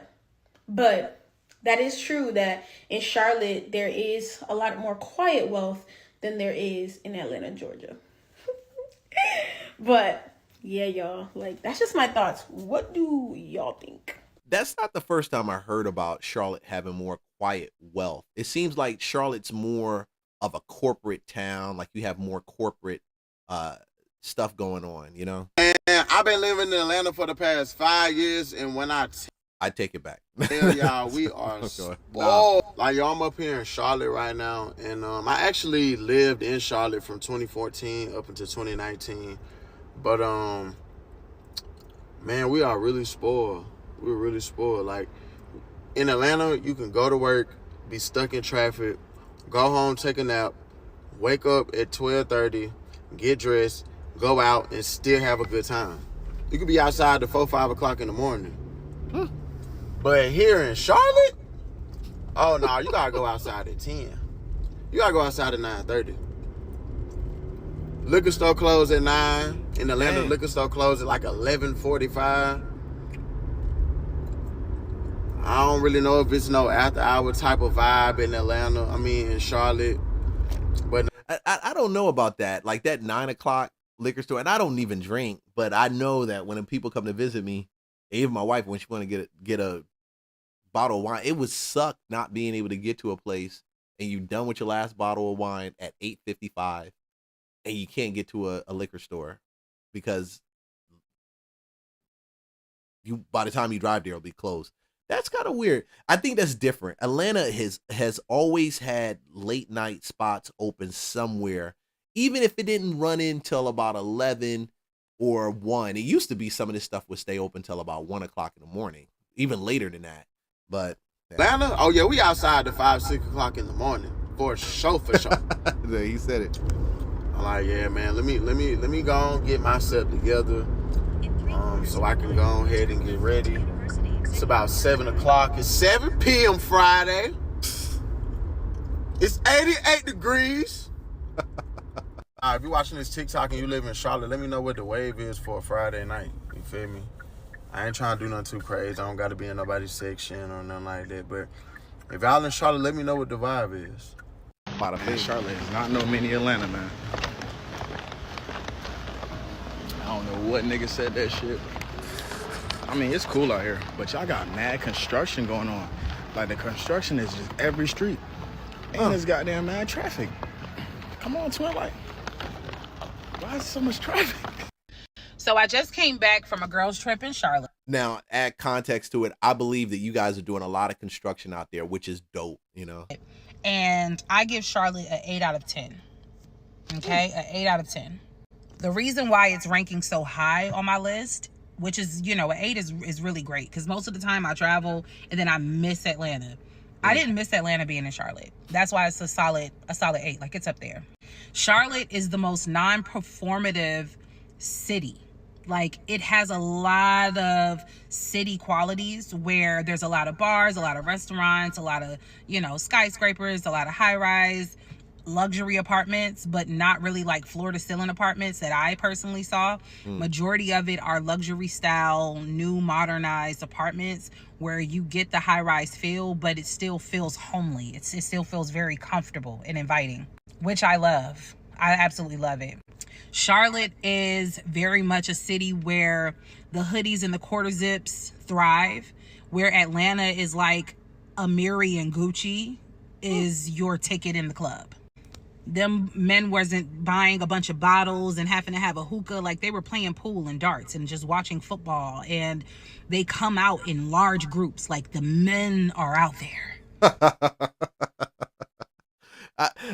You can tell the men are out there. Hey guys, if you're looking for real estate deals in the Atlanta area or Georgia, I've got a property list that I send out every Monday. It's Friday. It is free. Just look at the link in the description, and maybe you can find a good deal in Atlanta. These are not retail properties. These are fixer-uppers, so don't come thinking, hey, Leon, I can't move in. No, these are rehabs. They're designed for people who want to get into investing and find deals. The men are there. Woman, if you didn't know. In Atlanta, the guys are just comfortable with holding hands with each other in a corner, talking about the stuff that they could have talked about in the group chat. Like, it could. And she's not lying. It's weird to me when I'm in Atlanta, I'm at a cigar spot or just at a lounge. I don't know why you guys congregate together in one spot. That's very weird, because you got a bunch of women in here and none of y'all want to talk to them. Y'all just want to gawk at them like, ooh, look, oh, she fly. Look at that. That's a little lame, bro. It is. In an email, but they are so comfortable with just being shoulder to shoulder with each other because they're the prize. In Charlotte, it's none of that. Like, everybody is just there for the vibes. Nobody is a local celebrity. When you walk in, nobody's wondering, oh, are you a baller's girlfriend? Are you an artist? Are you an influencer? Charlotte is more of the place where you ask, oh, where do you live? Like, what side of Charlotte are you on? And what do you do? Like, it's really like that. It's like a networking space. I, for one, can appreciate that, because that reminds me of old Atlanta, where everywhere you went, it didn't have to be a hookah lounge. It wasn't about being performative and being the celebrity in the room. In Atlanta, you're always looking over your shoulder because somebody's always looking at you to see who you are. In Charlotte, if somebody's looking at you, they want to know where you got your hair from, what makeup you use, and are you single? That's really the gist of it. It's not that deep. It's not that deep. And that's why I love Charlotte, because if you're just going for a vibe and you want to meet genuine people, Charlotte is the place for that. Atlanta, baby, good luck. Because you get a man's number, and next thing you know, he done scammed you out of your Cash App. And it's just, it's giving YN Waterboy. Yeah, that's the dating pool. YN Waterboy, scammer, cheater, weirdo. Bro, listen, I'm sorry this is like this. If you're a female listening to it, she's not off. She's not off. I've seen dudes scam women, sleep with them, scam thousands from them, and go upon. I'm like, bro, what the hell? If she slept with you and gave you money, she might be a good woman. She might be pretty good, but I don't think he was ever interested. He just wanted the money. He wanted to get some. Y'all women gotta watch it down here. And likewise, fellas, don't get it twisted. You got a bunch of women down here too in Atlanta that they have scam emotions, and don't get rocked by it, because you'll wake up out of the bed and find out that chick stole your car, stole your wallet, your guns, even the TV off of there. It is just wild. I don't know why it's like that in Atlanta. And I think my opinion, I really think it's like that. If I think about it, it's really, really like that because we got a lot of transplants that come down here from different places, and they stick and they stay, even though they should have left, man. But that's a different topic. Yeah.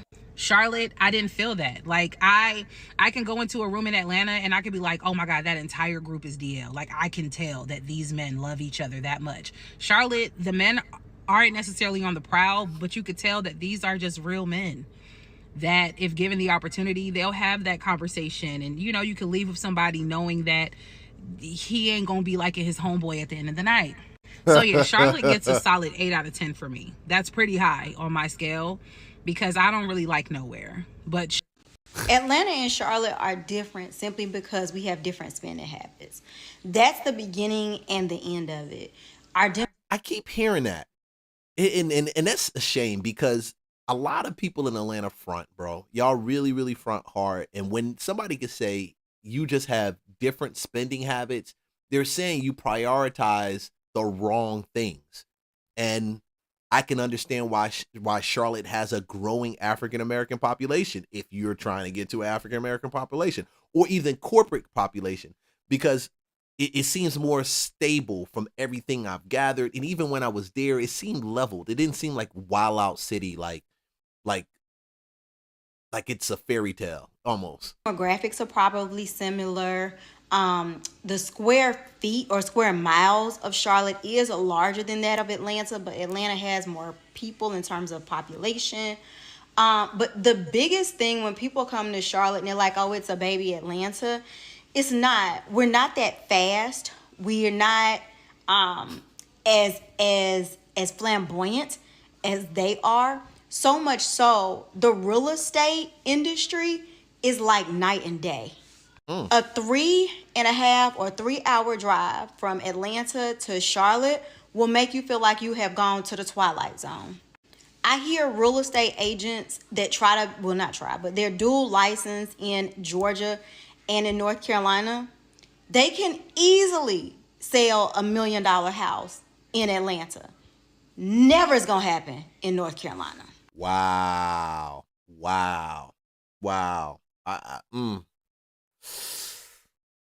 I might check out on that, bro. That tells me that is not a lot of deals out that spot, and for whatever reason, the agents not getting the business like they getting in Atlanta. And if you're an agent or if you're trying to get into investing in real estate, and I don't know about that. And it's not that we don't have houses. It's just, I don't know if it's because we are a banking capital, if people are just more responsible with their spending, but they just don't. I think that's why. I think it's because it's a banking capital. You have a lot of white collar jobs. I'm sure you have a good blue collar job set up, but you got a lot of white collar jobs. And when you work in corporate, you're a little bit more grounded when it comes to your money and what you do and don't do. Most of those guys are chasing that page 2 or those company stocks that whether it's through sales and commission. So I can tell why now. I can see why. But the flip side to it is it may not be $1 million deals you land, but I bet the buyers are a lot more consistent and solid. in it. They don't come up off it, and they don't let you know that they are who they are. I can tell you right now, some of the largest content creators that live in Charlotte, you will never know that they exist because they don't want you to know.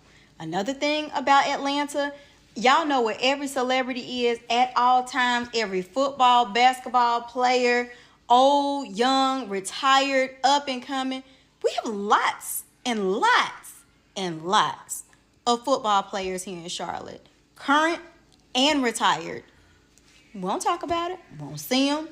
They just go to the grocery store and go home. So yeah, the culture is completely different. If you are expecting people to be spending money and throwing dollars when you go to the club and buying bottles and buying girls or whatever y'all be doing down there, you'll never see it here. So you're going to think we real lame because we're more responsible with money. Woo, that's my take on Charlotte and Atlanta. Hey, like, subscribe, follow for more content. I'm going to tell you right now, jump on the list, get some of our off-market property deals. I just like you to get a good perspective on what you're going to be facing if you decide you're going to move to Charlotte. I love to get people's feedback on stuff, man. It's just a lot more clear and a lot more clear, bro, because whatever it is. Yeah, you got a lot of people believing and thinking that it's one thing and it's completely different. All right, cool. So I'm at that, where am I? I'm at that hour and 45-minute mark, right? Boom. Hour and 45 minutes. Let go. Shoot. So I buy houses. I know I don't talk enough about real estate on this channel because it's holistic and we got so many other things that come into play. And I like talking about the things that make it hard for people to sell their houses, or talk about the things that they should have known. You don't want to buy in this district when you have this senator or you have this congressperson, in this district. They're not doing anything for the people. They're not doing anything. Opportunity zones, buying those opportunity zones. Rehab over here. Because at the end of the day, everybody's going to get their bag. And you really need to know how to get your bag too. And unfortunately, with the real estate space, it's always been a dog-eat-dog world, man. Being 18 years in the business, I've already dealt with you name it, from suing to being sued, to being robbed. I didn't rob nobody, but from being robbed, stolen from, lied to, manipulated. Jeez, all of it is out here. Whether you're playing in Charlotte, whether you're playing in Texas, Houston, whether you're playing in Atlanta. But one thing I keep saying is you lessen the case of having a lot of heartburn and ulcers if you know what you're getting into when you talk about rehabbing property. So when I'm sitting down here talking to you, doing this whole hour and 45 minutes, I've already had 2 people reach out to me, one from an agent, one just randomly off of some of our marketing. We're looking for rehab properties. I want it, and it's got to be in this buy box. It's got to look like this, blah, blah, blah, blah, blah. And I'm sensitive to it. I know people need it. But damn, I wish some of y'all would actually get some real good insight before you decide you're going to put down that $10,000, $15,000, $20,000 and get into a rehab loan or get into this. This is not sexy. Take it from a person who had almost $1.5 million out in loans at one period of time with multiple rehab properties going on at one time. It can be a headache. Take it from somebody who one of their partners stopped paying the bill, and I almost got foreclosed on the day before I sold it. Matter of fact, it was the day of it sold. I had to beg the lender. I told him, dude, bro, we've done all these deals together. Give me a little bit more time. My partner was an ass, bro. So if I can save you from having an ulcer, a heartburn, pulling out your hair, that's my gift to the community of YouTube content creators, everybody, mom and pops, all of y'all. Now, before I even get this started, check my link, Legacy Peak Funding. I deal with them. Good people. I feel they're the best people when it comes to getting a loan for rehab. And if you want to do it, I provide those resources or those tools to help you. Some other tools also in the link. Follow it. Let's go. All right, I can't help myself. Let's try this one. Wait till you see this quality drywall work. Woo. It's beautiful. And then take a look at this. Just keeps going.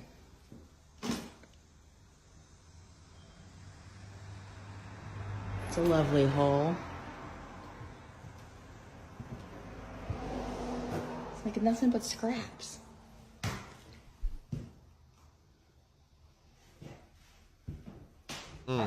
This is what tens of thousands of dollars will get you when you hire the wrong contractor. Suck. So recently somebody asked me, hey Nicole, you used to do rehabs all the time. You slowed down on doing rehabs. Well, I'm working on 2 rehabs at one time right now. And I needed a refrigerator for my other rehab. And my handyman called me and was like, hey Nicole, this refrigerator is too big. I'm like, well, I use the measurements that you gave me. And he's like, oh, okay, don't worry about it. I'm gonna get it fixed. So I walked in and I noticed the refrigerator looked different, but it fit. I'm thinking he's gonna, break the wall, fix it the way he's supposed to. He went in his house. He told me he went in his house, took his refrigerator out, and traded it with the brand new refrigerator that I purchased. Don't ask me what I'm gonna do, because I'm frustrated. But this is why I don't do rehabs as much, because it's always something that's trying to push me close to the edge. Oh, man, sis ain't wrong. Sis is not wrong. Job is a shit show, bro. This is why I stopped doing rehabs, because the crazy, insane thing, even when you got a contractor you've used on a first, the second one, and you're like, man, this dude is doing real well. We need to use him on a lot of this. And he'll tell you, man, we got 10 crews and we can handle 5 jobs and we can do this and we do commercial this and all that. It sounds so good until they get done. And then you're like, bro, listen, I got to kick somebody. The truth is, you pay for what you get, honestly. You really do. And that's my bit of advice. You want a contractor that's going to be 10,000, 5,000 less. You're going to have a 10,000, 5,000 less issue, bro. Very rarely do you get one that really nails it, and they may come in lower, okay? But maybe it's because it's Atlanta. They all want the bag, and most of the time it's not even the bag that you told them they can get. They want the bag from you that you told them they can get, plus all your other bags for all the other stuff you need to do in the house. And that's when it becomes frustrating. You gotta fire everybody on this job, dude. What else really needs to be done over there? What else needs to be done? Everything. I fell through the freaking deck. The bathroom upstairs, the basement. Nothing's done in here, man. He don't give a crap. Fire his ass. We won't ever use him again. It's infuriating, dude. I haven't been here in like 3 months, and it looks the exact same it does 3 months, besides the floors looking marginally better. So this is the first investment property I ever bought. And this is my biggest lesson. Oof. We paid $14,000 for it, and it was a tax deed, so pretty much we just bought it for the taxes that was owed on the house. Tax deeds are great ways to get deals. I know people that build their portfolio just off of tax deeds. You just have to understand it. Our plan was to buy it, rehab it, rent it out, refinance, and repeat. So mistake number 1, not truly understanding all the rules and laws and stuff that came with purchasing a tax deed house. That came out to bite us later, but I'll get to that. So this house is in Bumfuck, Florida. Madison, Florida, which is like an hour and 45 minutes away from Jacksonville and like right outside of Tallahassee. So the house needs a lot of work. It was sitting vacant for like 5 years. It was completely overgrown, as you can see in this picture. I'm gonna stop you right now. If a house has been sitting for 5 years, you're going to have more problems than you can imagine, bro. Listen, that house the water hasn't been ran, the utilities haven't been used, it hasn't been winterized more than likely. You're talking termites, you're talking mold, you're talking open doors. You don't know what it's been like. Sometimes you just need to demo that shit. And that house, it really looked like it needed to be demoed, honestly. it was full of trash. I think crackheads was living in there or something. So the first thing we did was look for a general contractor. We used Facebook, like, hey, I'm such and such. I have this house in Madison. I'm looking for a general contractor. Skate. You're better off going to your local RIA meetup and meeting a contractor there, getting probably some input from people that are at that local RIA meetup, and they can tell you, hey, he's a good contractor, or they normally highlight the good guys there. Stay the heck off of Facebook Marketplace. You ain't buying a washer and dryer, utilities, appliances. You're trying to find a contractor. That's the most duked out place you can find one, regardless of how many you find. Yeah, there's probably, if you take 10, there's probably a good 5, but your odds are 50-50. And bro, you don't want 50-50. Oh no. Hit us up. So we had like 3 interviews set up for them to come out kind of on the same day in Madison to like walk us through everything, to like, get a gist of what it was and kind of fill them out as a general contractor. Worse. Remember, general contractor Facebook, 50-50. 50% it'll nail it. 50% it won't nail it. I'm sprayed us. Yo, look at this. Look at that. Ooh. What the fuck? Damn! All right, guys, so look. I'm not even going to go in this house right now. I just went to go open up the door, and I lied to you not.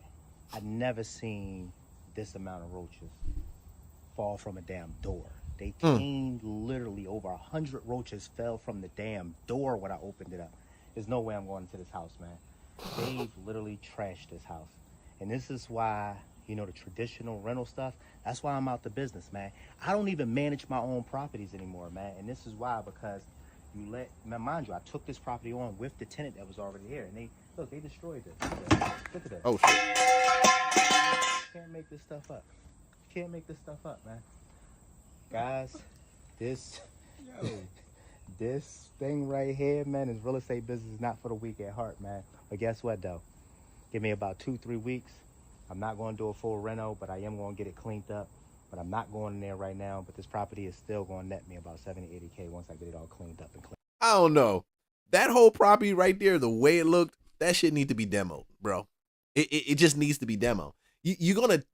What's gonna end up happening? They're gonna go down to the drywall. They're gonna take off the drywall, go down to the studs, and you're gonna find that it's been sitting for so long. You got to change out the studs.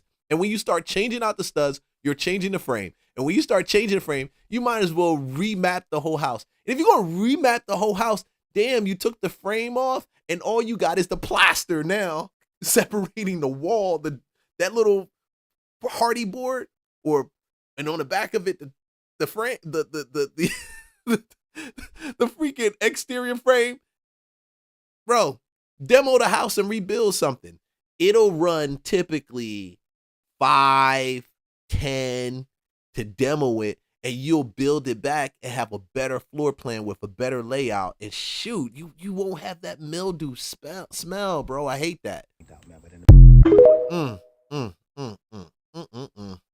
Hate it. I found a house near the hood I want to renovate. What is the best way to finance it? How much is the property? $90,000. How much are the renovations? $40,000. So you're all in for $130,000. What's the property going to be worth when you get done? $245,000. We know that the bank will loan us 75% of the $245,000. What's 75% of $245,000? $183,000. The bank will loan you 80% of acquisition. How much is acquisition? $90,000. 20.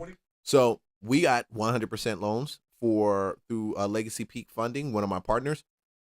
Go check it out. Link is in the description. That way you're not dealing with the lender only loaning you 75% of the ARV of the house. In their case, they've got products where the lenders will loan you 100%. You're still bringing money to the table. You still got closing costs. You still got small fees, but you're not bringing 25% of the ARV. So you do the math. If it's $250,000, we do a ballpark figure. And then you're talking about you're going to do 25% of 250,000. That's 62,000. Then you talk about you got 5 points on top of that. If you don't know, a point is typically a percentage point on that. You may have 5 points. So you can easily easily be bringing $100,000 to the table to do to do a $245,000 deal.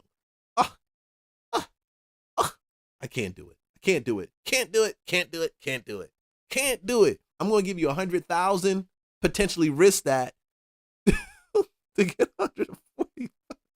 Bro, you got to know this math thing before you get into this. You got to.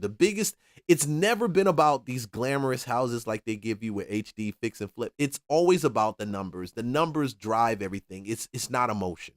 It's not emotion. Percent of that is $18,000, plus you're gonna have another $6,000 in closing costs. So you're gonna need about $25,000. You can use my 0% credit cards to close on that property. Okay, you can liquidate that 25. Don't use any 0% credit cards because it's 0% probably for your first couple of months. Then when that interest rate kicks in, your ass is gonna be grass. Honestly, we've done the funding loan program before, from private from unsecured loans going into your account to you getting. I had a client get the credit card thing, and he went and bought a bakery with it. Just weird, bro.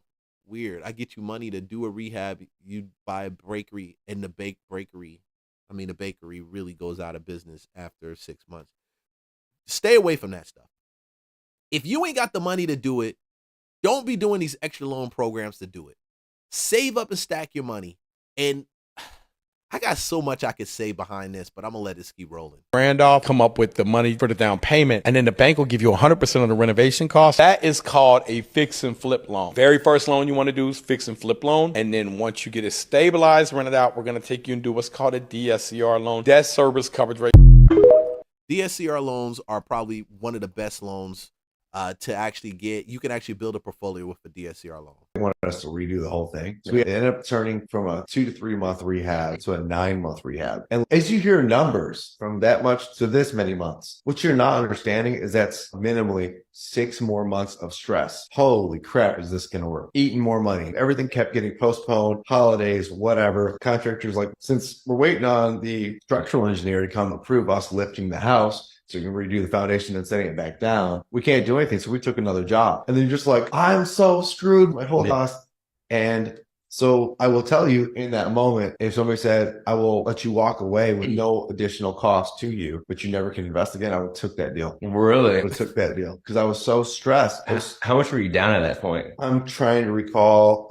To me, it was a lot because it was one of my first big deals. But it was. This is not for the faint of heart. So I'm giving you the clear picture before you jump into this rehab business and you're like, man, I want to start rehabbing homes. It is sexy, but it doesn't get sexy until you bumped your head and you learn some lessons. So how do I navigate this, Leon? Listen, the market is already fickle. We got people out here that do a lot of scammage stuff already, whether you're talking about Atlanta, whether you're talking about outside Atlanta, whether you're talking about, it don't matter. Anywhere you go in any major city is going to be a scam, something like that going on. But if you can be a part of a RIA, like a local real estate meetup, something that's more national, established, and get yourself with a good mentor that's done it, that has a good reputation for doing it, if they charge you $5 or $6 or whatever to mentor with them, be a part of that deal, it's worth it. It's worth it. I've seen people get the opportunity to work with a mentor to do a rehab, and they didn't want to pay the $2,500. They didn't want to pay the $5,000 to do it. They wanted to shortcut it. Guess what? Those properties stayed on the market a hell of a lot longer, and when they sold, they netted a hell of a lot less. It's just like apprenticeship. You can't learn this just by watching videos. You got to get out and physically do it, and it's easy as an apprenticeship to actually do it with somebody that does it consistently, knows what they're doing, and they're ethical in what they do. New partnerships. I think it was the stress of letting my partner down and having my first loss was just eating at me. But I would say we would have been down 30 grand in cash, and that would have definitely hurt. But we ended up finally getting it we got past the winter season. Mm-hmm. We entered into the market at early summer, late spring, and we sold it for even higher than we initially anticipated. There you go. So the benefit we didn't see coming was, because we had to skip it all the way past winter, where traditionally sales take a little dip or the market slows down. We actually came back into one of the hottest markets that city has ever seen to this day. They weren't supposed to touch my personal stuff, but apparently they did, because this is all of our belongings that they removed out of the rooms and upstairs, threw it in garbage bags and just threw it in here. They ruined my $80 comforter. They said they would replace my new basket. So not the $80 comforter. Candles, mirrors. They broke a glass table, and this is how they're working in the basement. Now you tell me, they didn't replace this. We paid for new tile, and look at the workmanship. Look at this. Who would do somebody like this? Look at this. Look at this. This is, they say this is done. This is done. Look at this. Done. Didn't finish this. Didn't finish the electrical, because that's the little lie that he talked about. It was something wrong with my electricity. Jordan, was there anything wrong with the electricity before they came? Not at all. Not at all. But I do remember someone getting shocked in the kitchen. All of a sudden, the electricity went out in the kitchen. So they claimed they needed money to do that, but he said he was using some of that money to fix other things. So now the electricity isn't working because I had another electrician in here, and he said that some of that stuff doesn't work. So not only did you say you fixed it, it's not fixed. Look at the electrical outlets. There's still the outlets upstairs not working. Look at this. This is their work. This is actually what they did. Hey, that's horrible. Completely horrible. Like, subscribe, follow for more content. I'm clipping it right here. I told you the link is in the main description if you need to get funding for your next real estate deal. We do it. We got 100% loan funding for rehab DSCR loans. This is or buy and hold ones. This is not for a traditional product. I had some of y'all reach out to me saying, hey, I'm trying to get a loan to buy a house. We got another thing for that, but still. Like, subscribe, follow. I will see you guys on the next video. Don't tell me that I did not tell you everything that you need to be successful. Don't tell me I didn't warn you when you go down this road to get yourself a mentor. I see you guys on the next video. Remember, Jesus loves you. Man, he loves you. Just the way that you are. You made in his image. So go win and stay safe out here.